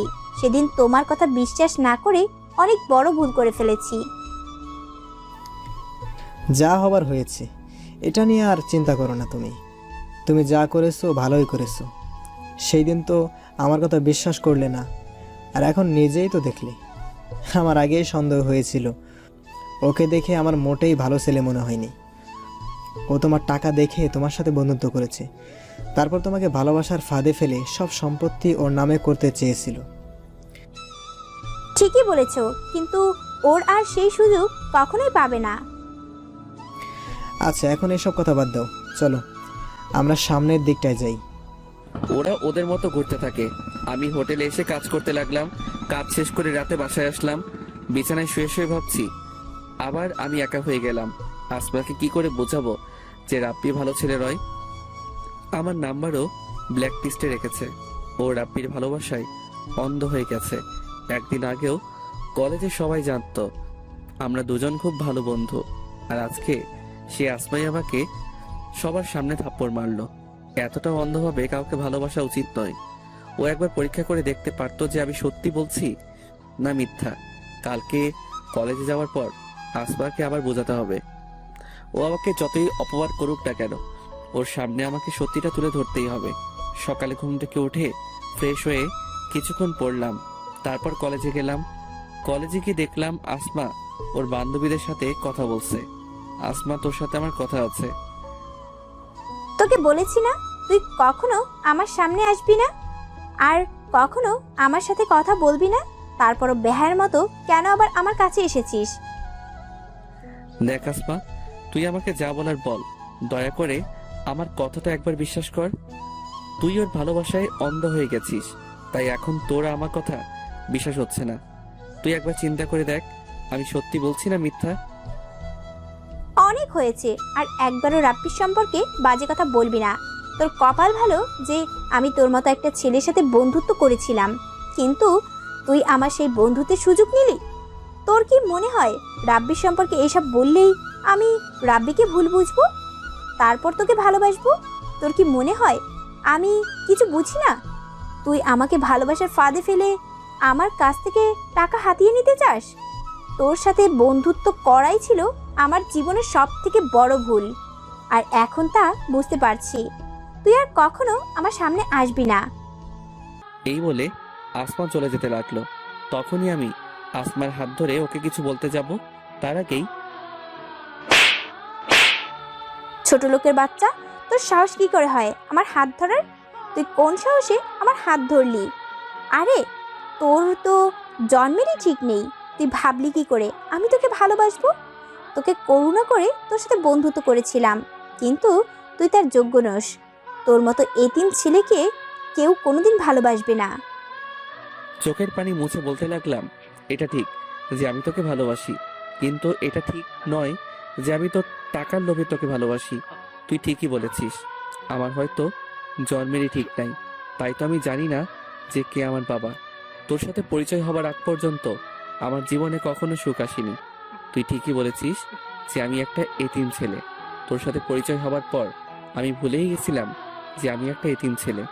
আজকে তুই মনে করিয়ে দিয়ে ভালোই করেছিস। আজকের পর থেকে এই এতিম ছেলেটা তোকে আর বিরক্ত করবে না। তবে একটা কথা মনে রাখ, একদিন ঠিকই তুই আমার কথা বুঝবি। হয়তো তখন আমি থাকবো না। তারপর সেখান থেকে চলে এসে একটা বেঞ্চের উপর বসে আছি আর চোখের পানি ফেলতেছি। হঠাৎ করে সাকিব আমার কাছে এসেই, তোর সাহস কি করে হয় আসমার হাত ধরার? এতদিন আসমার জন্য তোকে কিছু বলতে পারিনি। ভেবেই পাচ্ছি না যে তোর মতো ছেলের সাথে আসমা কি করে বন্ধুত্ব করলো। যাক, অবশেষে আসমা ওর ভুল বুঝতে পেরেছে। আজকে তোর এমন মার মারবো যে আর কোনোদিন আসমার পিছে পড়বি না। সাকিব তারপর আমাকে অনেক মারলো, কোনো কিছুই বলতে পারি নাই। মুখ বুজে সব সহ্য করেছি। আমি তো আসমার কোনো ক্ষতি করিনি, শুধু ওর সাহায্য করতে চাইছিলাম, কিন্তু তার প্রতিদান ও এইভাবে দিবে তা আমি কোনো দিনও ভাবতে পারি নাই। কোনো মতে বাসায় চলে আসলাম। বাসায় এসে শুয়ে পড়লাম। হাতে কোনো টাকাও নেই যে ডাক্তার দেখাবো। মায়ের কারণে জ্বর চলে আসলো। চোখ দুটো বন্ধ হয়ে আসছে, আর কিছু মনে নেই। চোখ খুলে দেখি আমি একটা বিছানায় শুয়ে আছি। তারপর পাশে তাকিয়ে দেখলাম যে পাশের বাসার বড় ভাই আছে। আমি চোখ খুলছি দেখে বলতে লাগলো, তোর জ্ঞান ফিরেছে, আমি ডাক্তারকে নিয়ে আসি। তারপর বড় ভাইকে আমার সাথে ঘটে যাওয়া সব কিছু বললাম। আমি তোর বাসার পাশ দিয়ে যাওয়ার সময় দেখি তোর রুমের দরজা খোলা। এই সময়ে সাধারণত তোর রুমের দরজা খোলা থাকে না, তাই ভাবলাম হয়তো কোনো চোর হবে। তাই তোর রুমের কাছে গেলাম আর দেখলাম তুই বিছানার উপর শুয়ে আছিস। তোকে দেখে মনে হলো তুই অ্যাক্সিডেন্ট করেছিস। তারপর কাছে গিয়ে তোকে অনেক ডাকলাম, কিন্তু কোনো সাড়া শব্দ পেলাম না। তখন তোর গায়ে হাত দিলাম, তোর শরীর গরম ছিল অনেক। তারপর তোকে হাসপাতালে নিয়ে আসলাম, আর আজকে 2 দিন পর তোর জ্ঞান ফিরল। বড় ভাইয়ের কাছ থেকে এসব শোনার পর আমি আমার সাথে ঘটে যাওয়া ঘটনার কথা মনে করতে লাগলাম। মনে করতেই চোখ দিয়ে পানি গড়িয়ে পড়ল। তোর চোখে পানি কেন? কি হয়েছে আমাকে বল। তারপর বড় ভাইকে আমার সাথে ঘটে যাওয়া সব কিছু বললাম। এত কিছু হয়েছে তোর সাথে? মন খারাপ করিস না, দেখবি একদিন ঠিকই আসমা ওর ভুল বুঝতে পারবে, আর সেই দিন এসে ও তোর কাছে মাফ চাইবে। হয়তো সেই দিন আমি থাকবো না। দূর, যত সব বাজে কথা। এখন একটু ঘুমা, তোর শরীর খুবই দুর্বল। আমি একটু বাসা থেকে আসি। আচ্ছা ভাই।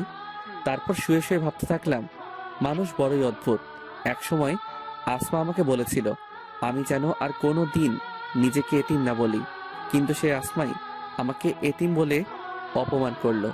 কখন যে ঘুমিয়ে পড়েছি নিজেও জানি না। কিছুক্ষণ পর ঘুম ভাঙলো। দেখলাম বড় ভাই আমার পাশে। যাকে আমার সব কিছু ভেবেছিলাম তার জন্যই আজকে আমার এই অবস্থা। অথচ আপনি আমার রক্তের কেউ নন, তারপরও আমার জন্য এত কিছু করেছেন। জানি না আপনার এই ঋণ আমি কিভাবে শোধ করব। অনেক বেশি কথা বলিস তুই। তোকে বলেছি ঋণ শোধ করতে, তুই না আমি তোর ঋণ কিভাবে শোধ করব জানি না। মানে? তুই ওই দিন যদি আমার বোনকে রক্ত না দিতি তাহলে হয়তো তাকে বাঁচানো যেত না। তাছাড়া তোর মতো ছেলে আমি খুব কমই দেখেছি। তোর জায়গায় যদি অন্য কোনো ছেলে থাকতো তাহলে হয়তো খারাপ পথে যেত, কিন্তু তুই ঠিক তার উল্টো। আমার বিশ্বাস একদিন তুই অনেক বড় হবি। 2 দিন হাসপাতালে থাকার পর আজকে রিলিজ দিল। এই 2 দিন বড় ভাই প্রায় সব সময়ই আমার পাশে ছিল। হাসপাতাল থেকে রিলিজ পেয়ে বাসায় চলে আসলাম। এখন অনেকটাই সুস্থ। বাসায় আসার পর রেস্ট নিয়ে হোটেলে গেলাম। অনেক দিন হোটেলে যাই না, জানি না ম্যানেজার কি বলবে। হোটেলে যাওয়ার পর আমাকে দেখেই ম্যানেজার বলল, তুমি এখানে কেন? স্যার আমি খুবই দুঃখিত এতদিন না আসার জন্য। আসলে আর কিছু বলতে হবে না। আমি কি তোমার কাছে কিছু জানতে চেয়েছি? এতদিন আসো নাই ভালো কথা, আর আসতেও হবে না। এই নাও তোমার পাওনা টাকা, আর এখান থেকে বিদায় হও। স্যার দয়া করে আমার সাথে এমনটা করবেন না। এই চাকরিটা আমার খুব প্রয়োজন। দয়া করে আমাকে চাকরি থেকে বহিষ্কার করবেন না। আপনি আমার কথাটা একবার শুনুন, তারপর যা সিদ্ধান্ত নেবেন। তোমার কোনো কথা আমি শুনতে চাই না। তুমি যদি আর এক মুহূর্তেও এখানে দাঁড়াও, তাহলে আমি দারোয়ান ডাকতে বাধ্য হব। না স্যার, তার আর দরকার হবে না, আমি চলে যাচ্ছি। তারপর সেখান থেকে চলে আসলাম। রাস্তা দিয়ে হাঁটছি আর ভাবছি, অবহেলিত জীবনটা এত কম সময়ে ইতি ঘটাবে তা ভাবতে পারিনি। জীবন সংগ্রামে বাঁচতে অনেক যুদ্ধ করেছি। আমি যত উপরে উঠছি, মানুষ আমাকে তত নিচের দিকে টেনে নিচ্ছে। জীবনে কখনো কারো ভালোবাসা পাইনি। প্রথমবার কেউ একজন আমার সঙ্গ দিয়েছিল, কিন্তু শেষ পর্যন্ত সেও আমাকে ছেড়ে চলে গেছে। আসমা ঠিকই বলেছে, আমার হয়তো জন্মেরই ঠিক নেই, তাই তো জানিও না কে আবার বাবা। আজকে যদি এই রাস্তায় আমার মৃত্যু হয়, তাহলে হয়তো আমার লাশটাও দাফন হবে না। এই দুনিয়া বড়ই অদ্ভুত। যে যুদ্ধ করতে চায় তাকে আরো যুদ্ধ করতে হয়। তবে একটা ইচ্ছা মনে হয় অপূর্ণই থেকে যাবে। যদি আমার পরিচয়টা একবার জানতে পারতাম, তাহলে আর কোনো কষ্ট থাকতো না। তাহলে কেউ আর বলতে পারতো না যে আমার জন্মের ঠিক নেই। শেষবারের মতো এই পৃথিবীটাকে দেখে নিচ্ছে। আত্মহত্যা করতে যাব, তখনই শুনতে পেলাম, এই আপনাকে বলেছি না আর বিরক্ত করবেন না। বারবার এসে একই কথা কেন জিজ্ঞেস করেন? বারবার জিজ্ঞেস করলে কি জামাটার দাম কমে যাবে? যেটা কিনতে পারবেন না সেটা নিয়ে পড়ে আছেন কেন? কোথা থেকে যে আসে এইসব রাস্তার মহিলা? আমি পাশে দোকানের দিকে তাকিয়ে দেখলাম দোকানদার একটা মহিলাকে এই কথাগুলো বলছে। আমি দোকানদারকে গিয়ে জিজ্ঞেস করলাম, কি হয়েছে?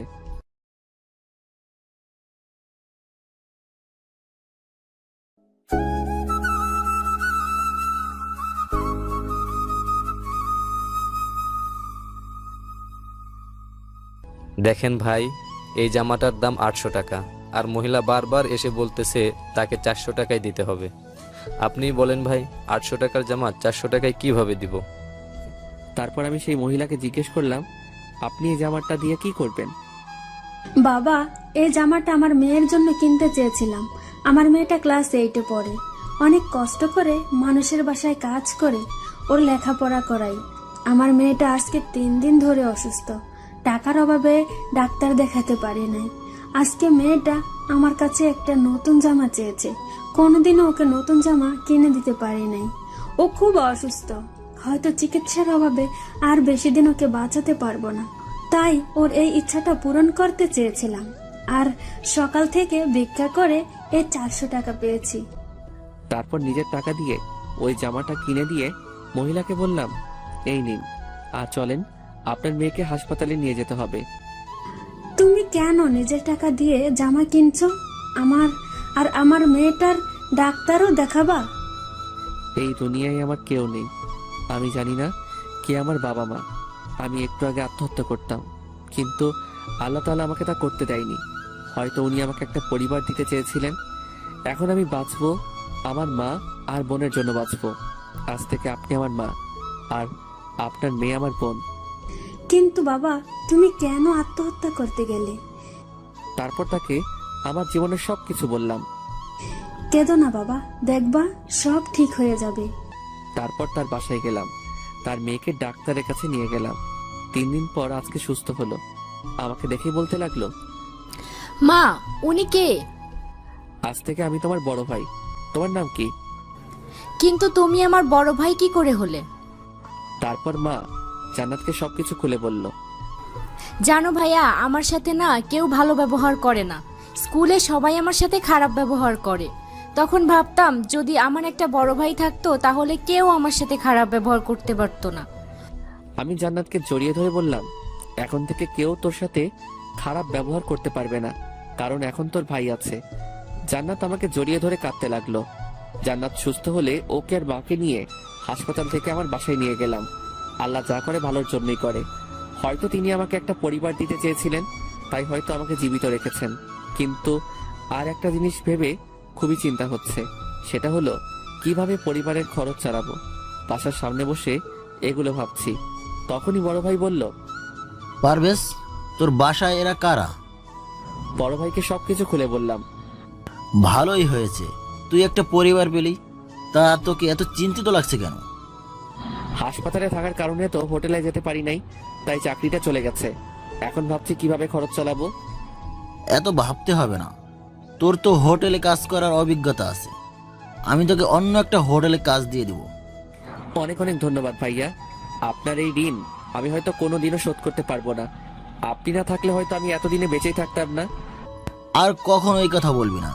আর সন্ধ্যার সময় তৈরি থাকিস, তোকে নিয়ে সেই কাজের জন্য যাব। আচ্ছা ভাই। তারপর বাসায় গিয়ে ফ্রেশ হয়ে কিছু খেয়ে জান্নাতকে নিয়ে বাসার কাছে একটা স্কুলে গেলাম। ওকে সেখানে ভর্তি করিয়ে দিলাম। দুপুরে বাসায় এসে ফ্রেশ হয়ে সবাই মিলে খেতে বসলাম। খাওয়া দাওয়ার পর একটু ঘুমালাম। সন্ধ্যায় বড় ভাইয়ের সাথে তার পরিচিত একটা হোটেলে গেলাম। বড় ভাই হোটেল ম্যানেজারের সাথে কথা বলছে। কিছুক্ষণ পর আমাকে ডাকলো। আমাকে জিজ্ঞেস করলো যে আমি কোন সময় থেকে কাজ করতে পারবো। আগের হোটেলে যে সময় করতাম ওই সময়ের কথা বললাম। তারা কালকে থেকে কাজে যোগ দিতে বলল। তারপর সেখান থেকে বাসায় চলে আসলাম। রাতে শুয়ে শুয়ে ভাবছি সবকিছু যে এত সহজে হয়ে যাবে তা ভাবতে পারি নাই। বড় ভাই আমার জন্য যা করেছে হয়তো আপনজনরাও তা করতো না। উনি খুবই ভালো একজন মানুষ।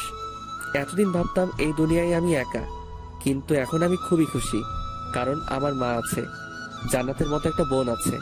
এখন থেকে আর নিজেকে কখনো একা মনে হবে না। শুধু একটা জিনিসই অপূর্ণ থেকে গেল, সেটা হলো আসমা। আমি তো ওর ভালো চেয়েছিলাম, কিন্তু ও আমাকে ভুল বুঝলো, আমাকে অনেক অপমান করলো। যেদিন রাব্বি সত্যিটাও জানতে পারবে সেদিন হয়তো ওর আমাকে মনে পড়বে। হয়তো ওর সাথে বন্ধুত্ব করাই আমার উচিত হয়নি। যদি ওর সাথে বন্ধুত্ব না করতাম তাহলে হয়তো ওর মায়ায় পড়তাম না, আর এখন কষ্ট পেতাম না। আমার ভালোবাসাটা শুধুই একতরফা, কারণ এই ভালোবাসা হয়তো কখনো পূর্ণতা পাবে না। এসব ভাবতে ভাবতে ঘুমিয়ে পড়লাম। সকালে ঘুম থেকে উঠে ফ্রেশ হয়ে কিছু খেয়ে জান্নাতকে নিয়ে স্কুলে গেলাম। ওকে স্কুলে রেখে আমি কলেজে গেলাম। অনেকদিন পর কলেজে যাচ্ছি। কলেজে যাওয়ার পর একটা বেঞ্চের উপরে একা একা বসে আছি, কারণ এখনো ক্লাসের সময় হয়নি। আগে হলে আমার সাথে আসমা বসে থাকতো, কিন্তু এখন আর তা সম্ভব নয়। দূর থেকে দেখলাম আসমা ওর বন্ধুদের সাথে কথা বলছে। আসমা আমাকে দেখেনি, কারণ আমি এমনভাবে আছি যাতে আসমার চোখ আমার উপরে না পড়ে। ও আমাকে বলেছিল আমার মুখ যাতে ওর দেখতে না হয়, তাই যতটা সম্ভব ওর থেকে দূরে থাকতে হবে। একটু আগে ভুলবশত ওর দিকে চোখ পড়েছে, না আর কখনো বেহাইয়ের মতো ওর দিকে তাকানো যাবে না। এসব ভাবছি তখন তুই লুকিয়ে লুকিয়ে আসমাকে কেন দেখছিস? পিছনে তাকিয়ে দেখলাম সাকিব আমাকে বলছে। আমি ইচ্ছে করে তাকাইনি। তো বড় সাহস, কলেজে ক্যাম্পাসে হাতে সিগারেট নিয়ে ঘুরে। মিম, তুই এইসব ফালতু ছেলের কথা বাদ দে তো। ওর মতো ছেলেরা এছাড়া আর কি বা করতে পারে? তা ঠিক বলেছিস, ওকে দেখে অনেক ভদ্র ছেলে মনে হইলেও ও একটা ফালতু ছেলে। তুই এরকম একটা ছেলের সাথে কি করে যে এতদিন বন্ধুত্ব করলি, আমি তাই ভেবেই পাচ্ছি না। আগে কি করেছি তা নিয়ে ভাবলে চলবে না, সামনে কি করব তা নিয়ে ভাবতে হবে। তুই ওর কথা বাদ দে তো, অন্য কিছু বল। আচ্ছা বাদ দিলাম, এখন বল রাপি ভাইয়ের সাথে তোর রিলেশন কেমন চলছে? ভালোই চলছে। সে হলো মহাব্যস্ত মানুষ, তাই আজকাল আমাকে তেমন সময় দিতে পারে না। দেখিস পাখি যেন আবার খাঁচা ছেড়ে চলে না যায়। ধুর, কি যে বলিস না তুই। আরে মজা করলাম, রাব্বি ভাইয়া আর যাই হোক পারভেজের মতো না। কোথায় ওই ফালতু ছেলেটা আর কোথায় রাব্বি? কার সাথে যে তুই কার তুলনা করিস? আচ্ছা বাদ দে, চল এখন ক্লাসে যাই। চল। আসমা আর ওর বান্ধবীরা ক্লাসে চলে গেল। আমিও ক্লাসে এসে সবার পিছনের বেঞ্চে বসে পড়লাম। আমার সাথে যখন বন্ধুত্ব ছিল তখন ওর সাথেই সামনের বেঞ্চে বসতাম। তখন কেউই আমার সাথে খারাপ ব্যবহার করতো না। আর এখন আসমার সাথে বন্ধুত্বও নাই, আর সবার ভালো ব্যবহারও শেষ। সামনের বেঞ্চে আমার জায়গা হয় না, তাই পিছনের বেঞ্চে বসতে হয়। ক্লাস শেষ করে জান্নাতকে ওর স্কুল থেকে নিয়ে বাসায় চলে গেলাম। ফ্রেশ হয়ে কিছু খেয়ে রেস্ট নিলাম, তারপর হোটেলে গেলাম। নতুন হোটেলের ম্যানেজার অনেক ভালো, তিনি আমাকে অনেক ভালো জানেন। আর এখানে কাজ করেও অনেক আনন্দ পাচ্ছি, যা আগের হোটেলে পেতাম না। আসমা রাব্বিকে ফোন দিল, কিন্তু ফোন ব্যস্ত। তোর কিছুই ভালো লাগছে না।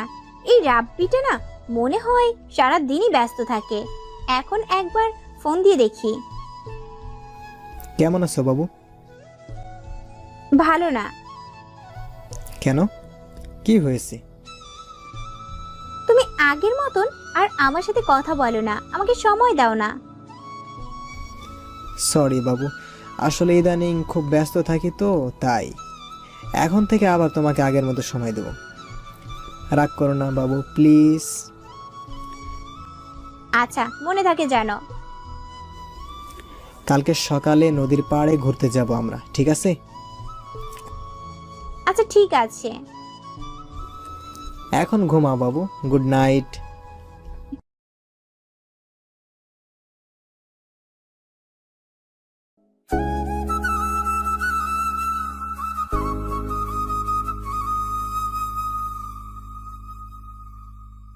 Good night.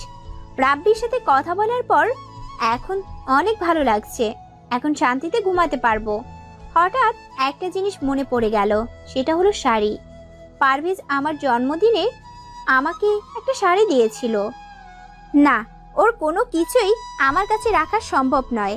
কালকে আগে কলেজে যেতে হবে, তারপর ওকে শাড়িটা দিয়ে রাব্বির সাথে ঘুরতে যাব। তার আগে রাব্বিকে বলে নেই যে কালকে আগে কলেজে যেতে হবে। রাব্বির নাম্বারে ফোন দিলাম, কিন্তু ওয়েটিং। আবার দিলাম, তাও ওয়েটিং। কিছুক্ষণ পর রাব্বি কল দিল। সরি বাবু, আসলে এক বন্ধুর সাথে খুবই গুরুত্বপূর্ণ একটা কথা বলছিলাম তো। ও, তা কিসের জন্য কল দিলা? আসলে কালকে আমাকে আগে কলেজে যেতে হবে, তারপর কলেজ থেকে তোমার সাথে যাব। আচ্ছা, আমি তোমাকে কলেজ থেকে এসে নিয়ে যাব। আচ্ছা। অনেক রাত হয়ে গেছে, এখনো বাসায় যেতে পারিনি। না জানি মা আর জান্নাত কত চিন্তা করছে। মোবাইলও তো নাই কারো কাছে যে ফোন দিব। আমার কাছে যে মোবাইলটা ছিল ওটা তো আসমার। ওর সাথে যখন বন্ধুত্ব ছিল তখন ও আমাকে দিয়েছিল, আর এখন তো বন্ধুত্ব নাই, তাই এখন আর ব্যবহার করি না। প্যাকেটে ভরে যত্ন সহকারে রেখে দিয়েছি। ওকে দিয়ে দিতাম, কিন্তু ও তো আমাকে ওর সামনে যেতে নিষেধ করেছে, তাই আর দেওয়া হয়নি। কোনো একদিন সময় সুযোগ পেলে দিয়ে দিব। বাসায় চলে আসলাম। আসার পরই মা বলল, আজকে এত দেরি হলো কেন বাবা? আজকে হোটেলে কাজের চাপ অনেক বেশি ছিল, তাই আসতে দেরি হয়েছে। তা তোমরা খেয়েছো? তোকে ছাড়া কি করে খাই বাবা? জান্নাতও খাইনি। না, শুধু শুধু এত রাত পর্যন্ত না খেয়ে থাকলে কেন? তোমাদের কত কষ্ট হয়েছে না? তুমি অসুস্থ মানুষ, জান্নাত তো ছোট মানুষ, আর কখনো এমন করবে না। তুমি যত যাই বলো না কেন ভাইয়া, আমরা তোমাকে ছাড়া কখনো খাবো না। হয়েছে, আপনার আর পাকনামি করতে হবে না। এখন সবাই মিলে ভাত খাবো। খেয়ে দিয়ে শুয়ে পড়লাম। সকালে ঘুম থেকে উঠে ফ্রেশ হয়ে কিছু খেয়ে জান্নাতকে নিয়ে বেরিয়ে পড়লাম। ও, একটা জিনিসই তো নেওয়া হয়নি।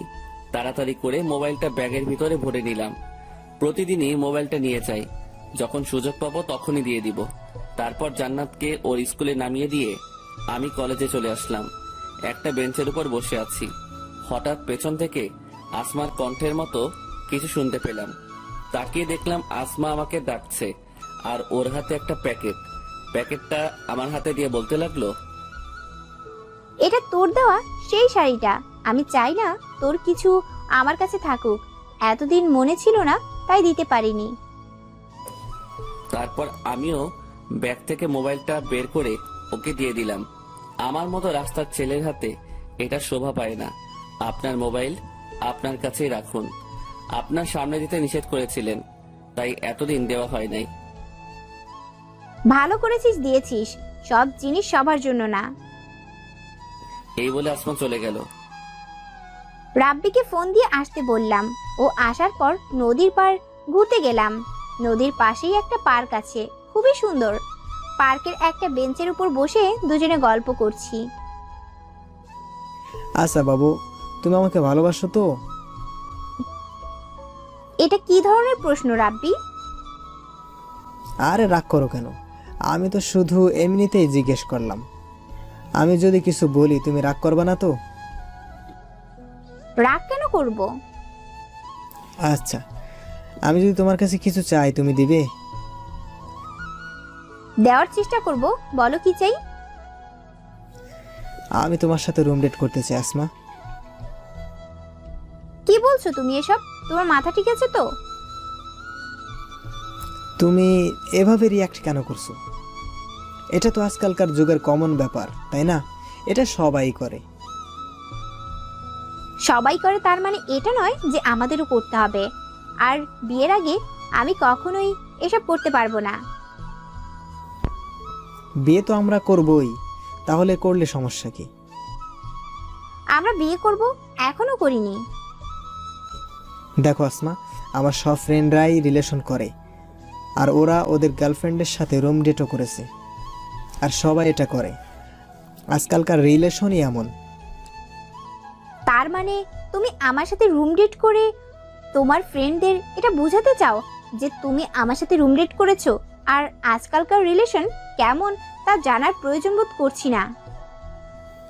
আমি সেটা বোঝাতে চাইনি, আমি শুধু তোমাকে এটা বোঝাইছি যে এরকমটা এখন সচরাচর হয়ে থাকে।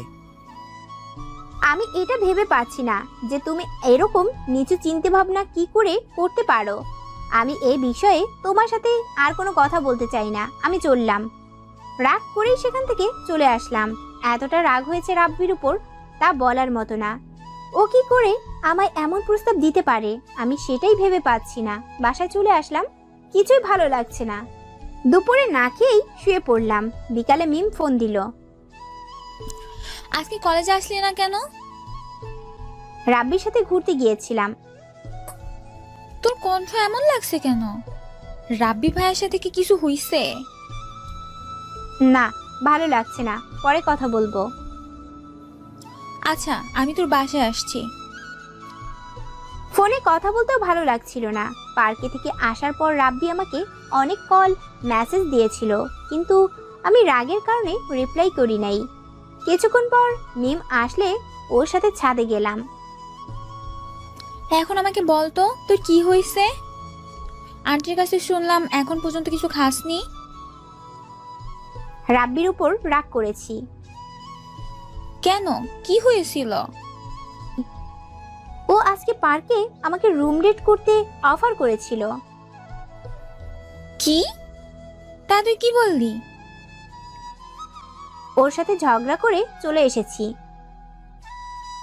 তা এর সাথে ভাত না খাওয়ার কি সম্পর্ক? আমার কিছুই ভালো লাগছিল না। আমি ভেবে পাচ্ছি না ও এরকমটা কি করে করতে পারে। আমিও ভেবে পাচ্ছি না যে রাব্বি ভাইয়া এটা কি করে বলতে পারলো। আপাতত এসব চিন্তা মাথা থেকে বাদ দে। তারপর মিমের সাথে আরো কিছুক্ষণ কথা বললাম। কথা বলা শেষ করে বাড়িতে চলে আসলো। হোটেলে এসে কাজ করতেছিলাম, হঠাৎই শুনতে পেলাম, আমি আর তোমাকে সহ্য করতে পারছি না। আমাদের উচিত আলাদা হয়ে যাওয়া। আমিও এটাই চাই। তোমার মতো মেয়ের সাথে রিলেশন চালিয়ে যাওয়া সম্ভব নয়। এখন তো সব দোষ আমার। তুমি তো ধোয়া তুলসী পাতা। সব সমস্যার মূলে তুমি। সব দোষ আমার উপর চাপিয়ে দিয়ে নিজের সাধু সেজেছো। তুমি তোমার ছেলে বন্ধুদের সাথে এত মেলামেশা না করলে তো আর সমস্যা হতো না। ওরা শুধুই আমার বন্ধু, এর থেকে বেশি কিছু না। আর তুমি একটু আমাকে বলবে যে তুমি কোন দিন আমার সাথে দেখা করতে ঠিক সময়ে এসেছো? রাতে ফোন দিলে তোমার মোবাইল ওয়েটিং, এমনকি আজকেও আমার এখানে এসে তোমার জন্য ওয়েট করতে হয়েছে। আমি আমার বন্ধুদের সাথে কথা বলি, আর আমার একটু ঘুমের সমস্যা, তাই আমি ঠিক টাইমে আসতে পারি না। আর তোমার সাথে রিলেশন হওয়ার পর আমার নিজের স্বাধীনতা চলে গেছে। আমি কখন কি করব না করব সব তুমি ঠিক করে দাও, কখন খাবো তাও তুমি ঠিক করে দাও, এমনকি আমি কি শার্ট পরবো কি প্যান্ট পরবো তাও তুমি ঠিক করে দাও। নিজের কাছে মনে হয় যেন আমি ছোট বাচ্চা। আমি তোমাকে ভালোবাসি বিধায় এটা করি, আর তোমার সাথে রিলেশন চালিয়ে যাওয়া আমার পক্ষেও অসম্ভব। তাই আমাদের উচিত হবে আলাদা হয়ে যাওয়া। আমিও তাই চাই। এতক্ষণ দাঁড়িয়ে দাঁড়িয়ে তাদের সব কথা শুনলাম। ভাইয়া যদি কিছু মনে না করেন, আমি কি আপনাদের মাঝে কিছু বলতে পারি? বলুন। আচ্ছা, আপনারা দুজন কি একে অপরকে ভালোবাসতেন? অবশ্যই বাসতাম। আমার মনে হয় আপনাদের কারো মধ্যেই প্রকৃত ভালোবাসা ছিল না। আপনার এরকম কেন মনে হলো? দেখুন, ভালোবাসার মানে পাওয়া না, ভালোবাসার মানে হলো একে অপরকে স্যাক্রিফাইস করা। কিন্তু আপনারা দুজনে কেবল নিজেদের দিকটাই ভেবেছেন। আপনি ভেবেছেন আপনার বয়ফ্রেন্ড আপনার কথা মতো চলুক, আর আপনি ভেবেছেন আপনার গার্লফ্রেন্ড আপনার সব কথা মেনে চলুক। কিন্তু কখনো কি দুজনে একে অপরের ইচ্ছা অনিচ্ছা জানতে চেয়েছেন? একজন আরেকজনকে বুঝতে চেষ্টা করেছেন? তা আপনারা করেননি। আশা করি আপনারা বুঝতে পেরেছেন একজন আরেকজনকে কতটা স্যাক্রিফাইস করলেন, তার মাধ্যমে ভালোবাসা ফুটে ওঠে।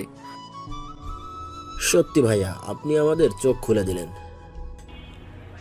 আমরা কখনো এভাবে ভেবে দেখিনি। এখন থেকে আমরা একজন আরেকজনের ইচ্ছাকে গুরুত্ব দিব।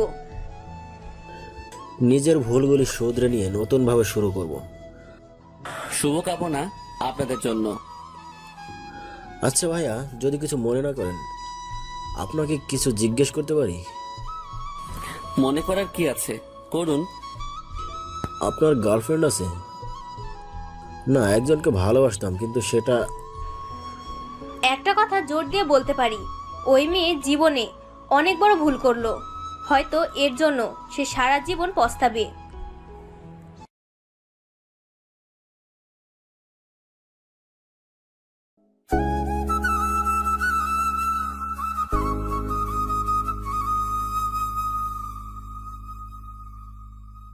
না, একজনকে ভালোবাসতাম, কিন্তু সেটা একটা কথা জোর দিয়ে বলতে পারি, ওই মেয়ে জীবনে অনেক বড় ভুল করলো।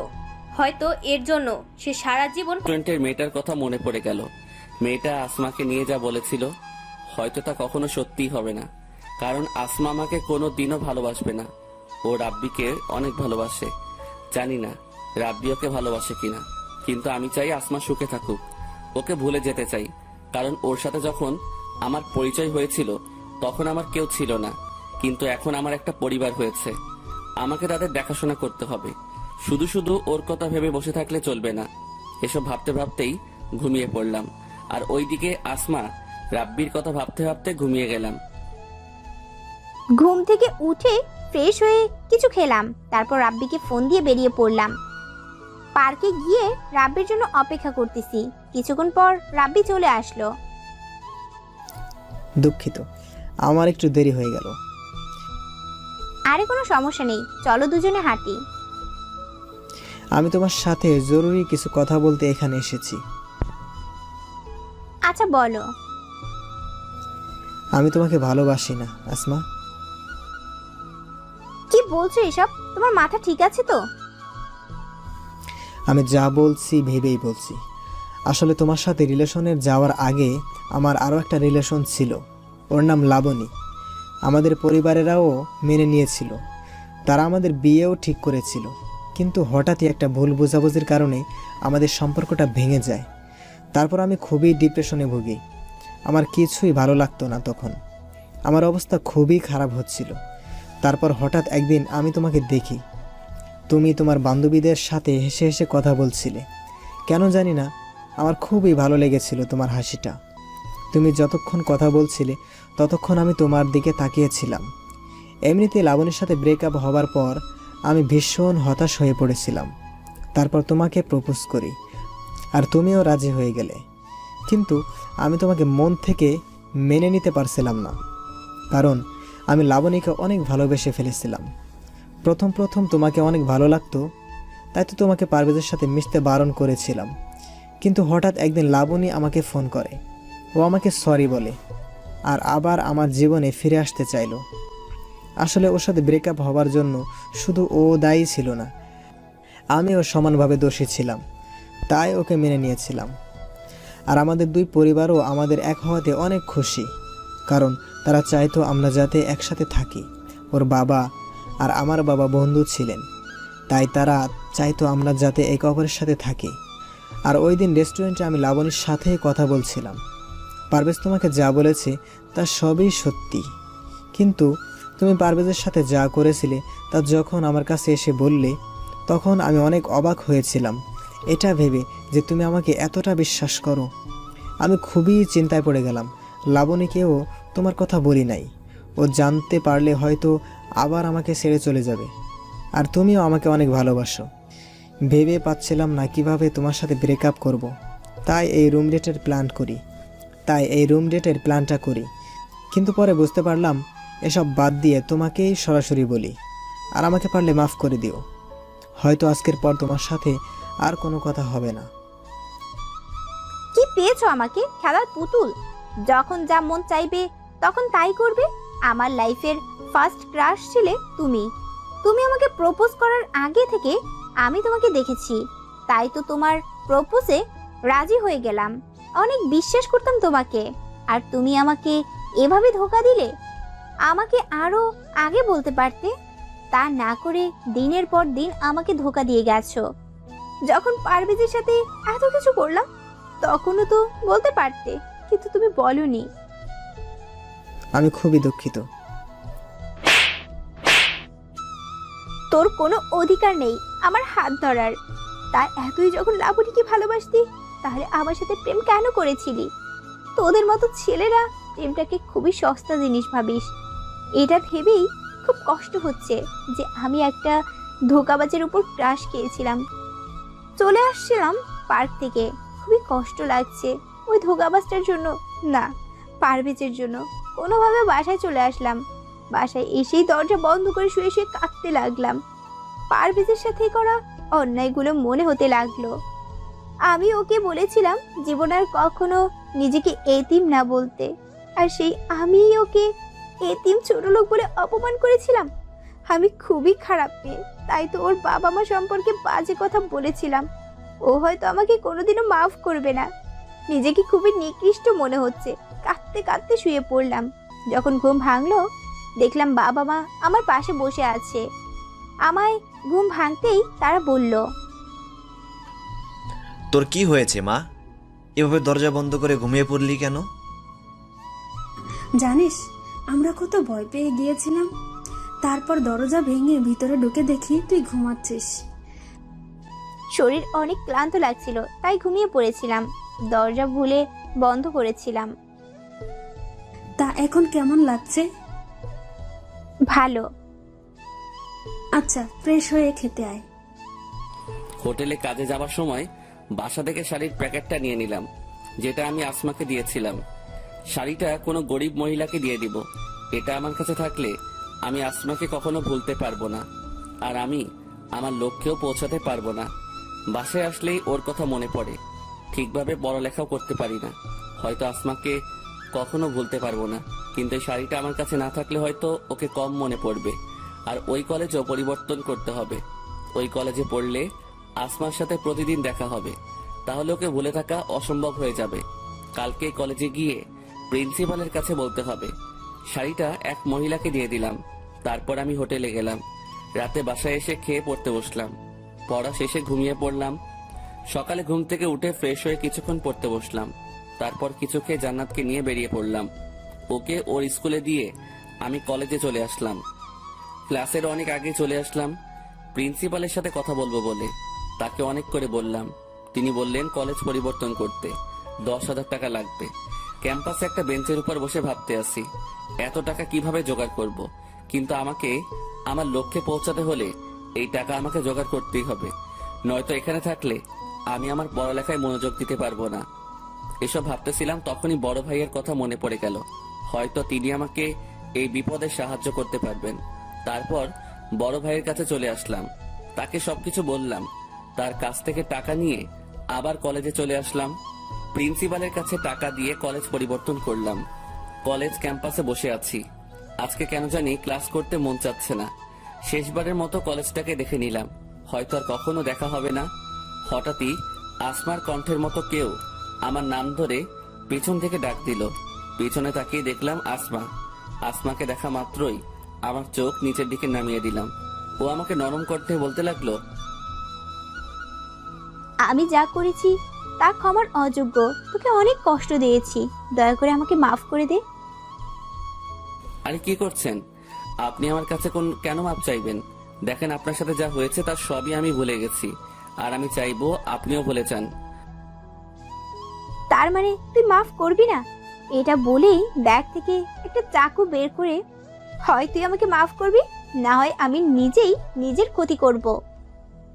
বললাম তো আমি আপনাকে মাফ করে দিয়েছি, আপনি চাকু ফেলে দিন। তুই এখন আমাকে মাফ করিসনি, করলে আমাকে আপনি বলতে পারতি না। আচ্ছা, আমি তোকে মাফ করে দিয়েছি। তারপর আসমা চাকু ফেলে দিল। আমি খুবই ভয় পেয়ে গেছিলাম, কারণ আমি জানি আসমা খুবই জেদি। দুজনেই একটা বেঞ্চের উপর বসে আছি। আগে যেভাবে থাকতাম, অনেকক্ষণ দুজনে চুপচাপ বসেছিলাম। নীরবতা ভেঙে আসমাই বলল, এখনো ভালোবাসিস আমাকে?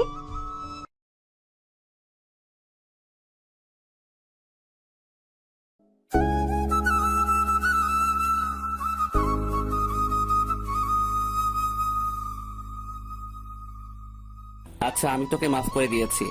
তারপর আসমা চাকু ফেলে দিল। আমি খুবই ভয় পেয়ে গেছিলাম, কারণ আমি জানি আসমা খুবই জেদি। দুজনেই একটা বেঞ্চের উপর বসে আছি। আগে যেভাবে থাকতাম, অনেকক্ষণ দুজনে চুপচাপ বসেছিলাম। নীরবতা ভেঙে আসমাই বলল, এখনো ভালোবাসিস আমাকে? না। কেন? আগে তো বাসতি। তখন অনুভূতিগুলো জীবিত ছিল, এখন মরে গেছে। আবার জাগিয়ে তুলবি? তা সম্ভব নয়। কেন? আগে এই পৃথিবীতে আমার কেউ ছিল না, এখন আমার এক মা আর বোন আছে। তারাই এখন আমার সব। আগে আমার জীবনের কোনো লক্ষ্য ছিল না, কিন্তু এখন আছে। আর তার জন্য তোকে ভুলে থাকাটা খুবই জরুরি। আমি খুবই খারাপ একটা মেয়ে, তাই তো তোর সাথে ওরকমটা করতে পেরেছি। তুই পারবি আমাকে ভুলে থাকতে? তুই না আমাকে অনেক ভালোবাসিস? পারতে হবে, আর তার জন্যই আমি কলেজ পরিবর্তন করব। এখানে থাকলে হয়তো তোকে ভুলে থাকা সম্ভব না। তুই কলেজ কেন পরিবর্তন করবি? তোকে আমার ভালোবাসতে হবে না। তারপরও তুই প্লিজ আমাকে ছেড়ে যাস না। তুই চলে গেলে আমি কিন্তু নিজের ক্ষতি করব। তুই ভালো করে জানিস আমি চাই না তোর কোনো ক্ষতি হোক, তাই হয়তো তুই এভাবে বলছিস। কিন্তু তুই যদি আমার সত্যি ভালো চাস, তাহলে নিজের কোনো ক্ষতি করবি না। আমি তোকে ছাড়া বাঁচতে পারবো না। তোর মতো করে কেউ আমাকে ভালোবাসতে পারবে না। তুই প্লিজ আমাকে ছেড়ে যাস না। যদি কখনো জীবনে বড় হতে পারি, তাহলে আবার তোর কাছে ফিরে আসব। আর যদি না পারি, তাহলে হয়তো আর কোনো দিনও আমাদের দেখা হবে না। আমি তোর ফিরে আসা পর্যন্ত অপেক্ষা করব। তোকে শুধু একটা কথাই বলতে চাই, যদি আমাকে সত্যি চাস, তাহলে নিজের কোনো ক্ষতি করবি না। সব সময় ভালো থাকবি, হাসি খুশি থাকবি। তুই অনেক ভালো একটা মেয়ে। এটা বলে সেখান থেকে চলে আসলাম। পিছনে তাকালাম না। জানি আসমা বেঞ্চের উপর বসে কাঁদতেছে। কাঁদুক, কাঁদলে হয়তো কষ্ট কম হবে। জানি না কখন আসমার যোগ্য হতে পারবো কিনা। এখন জীবনের একটাই লক্ষ্য, সেটা হলো ভালো পড়ালেখা করে ভালো চাকরি করা, যাতে পরিবারের খেয়াল রাখতে পারি। যদি কখনো আসমাদের সমকক্ষ হতে পারি, তাহলে ওর কাছে ফিরে আসব, অবহেলিত ভালোবাসার জন্য। আর যদি না পারি, তাহলে মুছে ফেলতে হবে জীবন থেকে আসমা নামটি। আজকে নিজের দোষে পারভেজকে হারালাম। যখন ও কাছে ছিল তখন বুঝতে পারি নাই, আর এখন দূরে চলে যাওয়ায় কষ্ট পাচ্ছি। জানি না ওকে আর পাবো কিনা। এসব ভাবতেছি আর বেঞ্চের উপর বসে কাঁদতেছি। তখনই মিম আসলো। তোর কি হইছে আসমা? এভাবে বেঞ্চের উপর বসে কান্না কেন করছিস? আমি অনেক ভুল করে ফেলেছি, আর সেই ভুলের জন্য আজকে পারভেজ আমাকে ছেড়ে চলে গেছে। কি হয়েছে আমাকে বল তো। মিমকে সবকিছু বললাম। সব শোনার পর ও বলল, এখন কষ্ট পেয়ে কি লাভ? পারভেজ তো আর ফিরে আসবে না। আমরা এমনই, যখন কাছে থাকে তখন তার মূল্য বুঝি না, যখন সে দূরে চলে যায় তখনই তাকে বুঝতে পারি। এখন এভাবে কেঁদে আর কি হবে? যদি ওকে সত্যিই ভালোবাসিস, তাহলে ওর জন্য অপেক্ষা করা ছাড়া আর কোনো পথ নাই তোর কাছে। হ্যাঁ, আমি তাই করব। প্রয়োজনে আমি পারভেজের জন্য সারা জীবন অপেক্ষা করব। ওকে আমি অনেক ভালোবাসি। তা এখন কান্না থামা, চল তোকে বাসায় দিয়ে আসি। জানি না আসমাকে ভুলে থাকতে পারবো কিনা। যতই ওকে ভুলে থাকার চেষ্টা করি ততই আরো বেশি করে ওকে মনে পড়ে। তো কেমন দেখাচ্ছে কেন বাবা? তোর কি কিছু হয়েছে? না মা, কিছুই হয়নি। আমার কাছে কিছু লুকাস না বাবা। তোকে দেখেই বোঝা যাচ্ছে যে তোর কিছু হয়েছে। আর তুই তো আজকে কলেজ থেকে তাড়াতাড়ি চলে এলি। কিছু হয়ে থাকলে আমাকে বল বাবা। মাকে আসমার সাথে ঘটে যাওয়া সব কিছু বললাম। মেয়েটাকে তো অনেক ভালোবাসিস, তাহলে ওর থেকে দূরে কেন চলে এলি? কি করতাম আমি মা? ওদের আর আমাদের মধ্যে আকাশ পাতাল ব্যবধান। ওর বাবা হয়তো কখনো এই সম্পর্ক মেনে নেবে না। মেনে না নেওয়ারই কথা। কোনো বাবাই চাইবে না তার মেয়েকে কোনো গরিব ছেলের সাথে বিয়ে দিতে। এটা তুই ঠিক বলছিস। হয়তো আসমার বাবা তার মেয়ের সুখের জন্য রাজি হতো। আর তুই কি পারবি আসমাকে বলে থাকতে? তুই ঠিকই কষ্ট পাবি, আর আমরা চাই না তুই কষ্ট পাস। মিম আমাকে বাসায় পৌঁছে দিয়ে গেল। রুমে এসে কান্না করতে লাগলাম। কিছুক্ষণ পর বাবা মা আমার রুমে আসলো। মা, তুই কি অসুস্থ? মিম তোকে বাসায় দিয়ে গেল। এ কি, তুই কান্না কেন করছিস? কি হয়েছে মা, আমাদের বল। ও আমাকে ছেড়ে চলে গেছে মা। আমার নিজের ভুলের জন্য ওকে হারালাম। কার কথা বলছিস তুই? মা বাবাকে পারভেজের ব্যাপারে সব কিছু বললাম। ওই ছেলের এত সাহস যে আমার মেয়েকে কষ্ট দেয়। তুই চিন্তা করিস না মা, পারভেজের সাথেই তোর বিয়ে দেব। তুই শুধু ওর ঠিকানা দে। কিন্তু ও রাজি হবে না বাবা। তা নিয়ে তুই চিন্তা করিস না। আমার মেয়ে কষ্ট পাবে ওই ছেলের জন্য, তা আমি হতে দেব না। বিছানায় শুয়ে আছি, তখনই কে যেন দরজা নক করলো। মা গিয়ে দরজা খুলে দিল। কিছুক্ষণ পর আমাকে ডাক দিল। মা, এই লোকটা কে? আমি আসমার বাবা। আমি জানতে এসেছি তুমি আমার মেয়েকে ছেড়ে কেন চলে এলে। আমি জানি তুমি আসমাকে ভালোবাসো আর ভবিষ্যতেও বাসবে। ওর যোগ্য হয়ে ওর কাছে ফিরে আসবে। মানুষের যোগ্যতা তার চরিত্রে ফুটে ওঠে। আর তুমি যদি আমাকে অন্য 5টা মেয়ের বাবার মতো ভাবো তাহলে ভুল ভাববে। আমি মোটেও সেরকম নই। আমরা এখন পর্যন্ত আসমার কোনো ইচ্ছা অপূরণ রাখিনি। ও যা চেয়েছে তাই দিয়েছি। ওকে কোনোদিনও কষ্ট পেতে দেইনি। আর আজকে প্রথমবার ও কষ্ট পেল শুধু তোমার জন্য। দেখো, আমি চাই তুমি আসমাকে বিয়ে করো। তোমার পরিচয় জানার দরকার নেই, আমরা শুধু তোমাকে জানলেই হবে। মাফ করবেন আমাকে, আমি এখন আসমাকে বিয়ে করতে পারবো না। আপনি যতটা সহজভাবে বলে দিলেন, জীবনটা ততটা সহজ নয়। আসমার 1 মাসের যা খরচ তা হয়তো আমি 6 মাসেও আয় করতে পারি না। আর এখন আমার যা অবস্থা, তাতে আসমাকে বিয়ে করা সম্ভব নয়। তুমি আমার অফিসে কাজ করবে, তাহলে তো আর কোনো সমস্যা থাকলো না। কিন্তু আমি কষ্ট না করে কোনো কিছু পেতে চাই না। কষ্ট না করে পেলে তার কোনো মূল্য থাকে না। আমি আমার যোগ্যতা অনুযায়ী কাজ করব। আচ্ছা, তুমি তোমার যোগ্যতা অনুসারে আমার অফিসে কাজ করবে, পাশাপাশি লেখাপড়া করবে। দেখো বাবা, আসমা তোমাকে ছাড়া বাঁচতে পারবে না। ও খুবই আবেগী একটা মেয়ে, খুব অল্পতেই মানুষকে বিশ্বাস করে ফেলে। ওকে কোনোদিনও এভাবে কাঁদতে দেখিনি, আজকে প্রথমবার দেখলাম। দয়া করে তুমি আপনি আসমাকে আমার সাথে বিয়ের কথা বলবেন না। এটা ওর জন্য সারপ্রাইজ।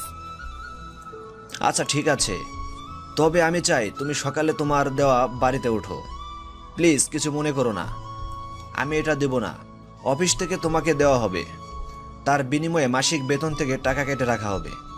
তোমার বেতন থেকে তোমরা সেই বাড়িতে উঠবা, সেখানেই বিয়ের কার্যক্রম হবে। আচ্ছা ঠিক আছে। তাহলে আমি এখন চলি, কালকেই তোমাদের বিয়ে হবে। বাবা, পারভেজ কি বললো?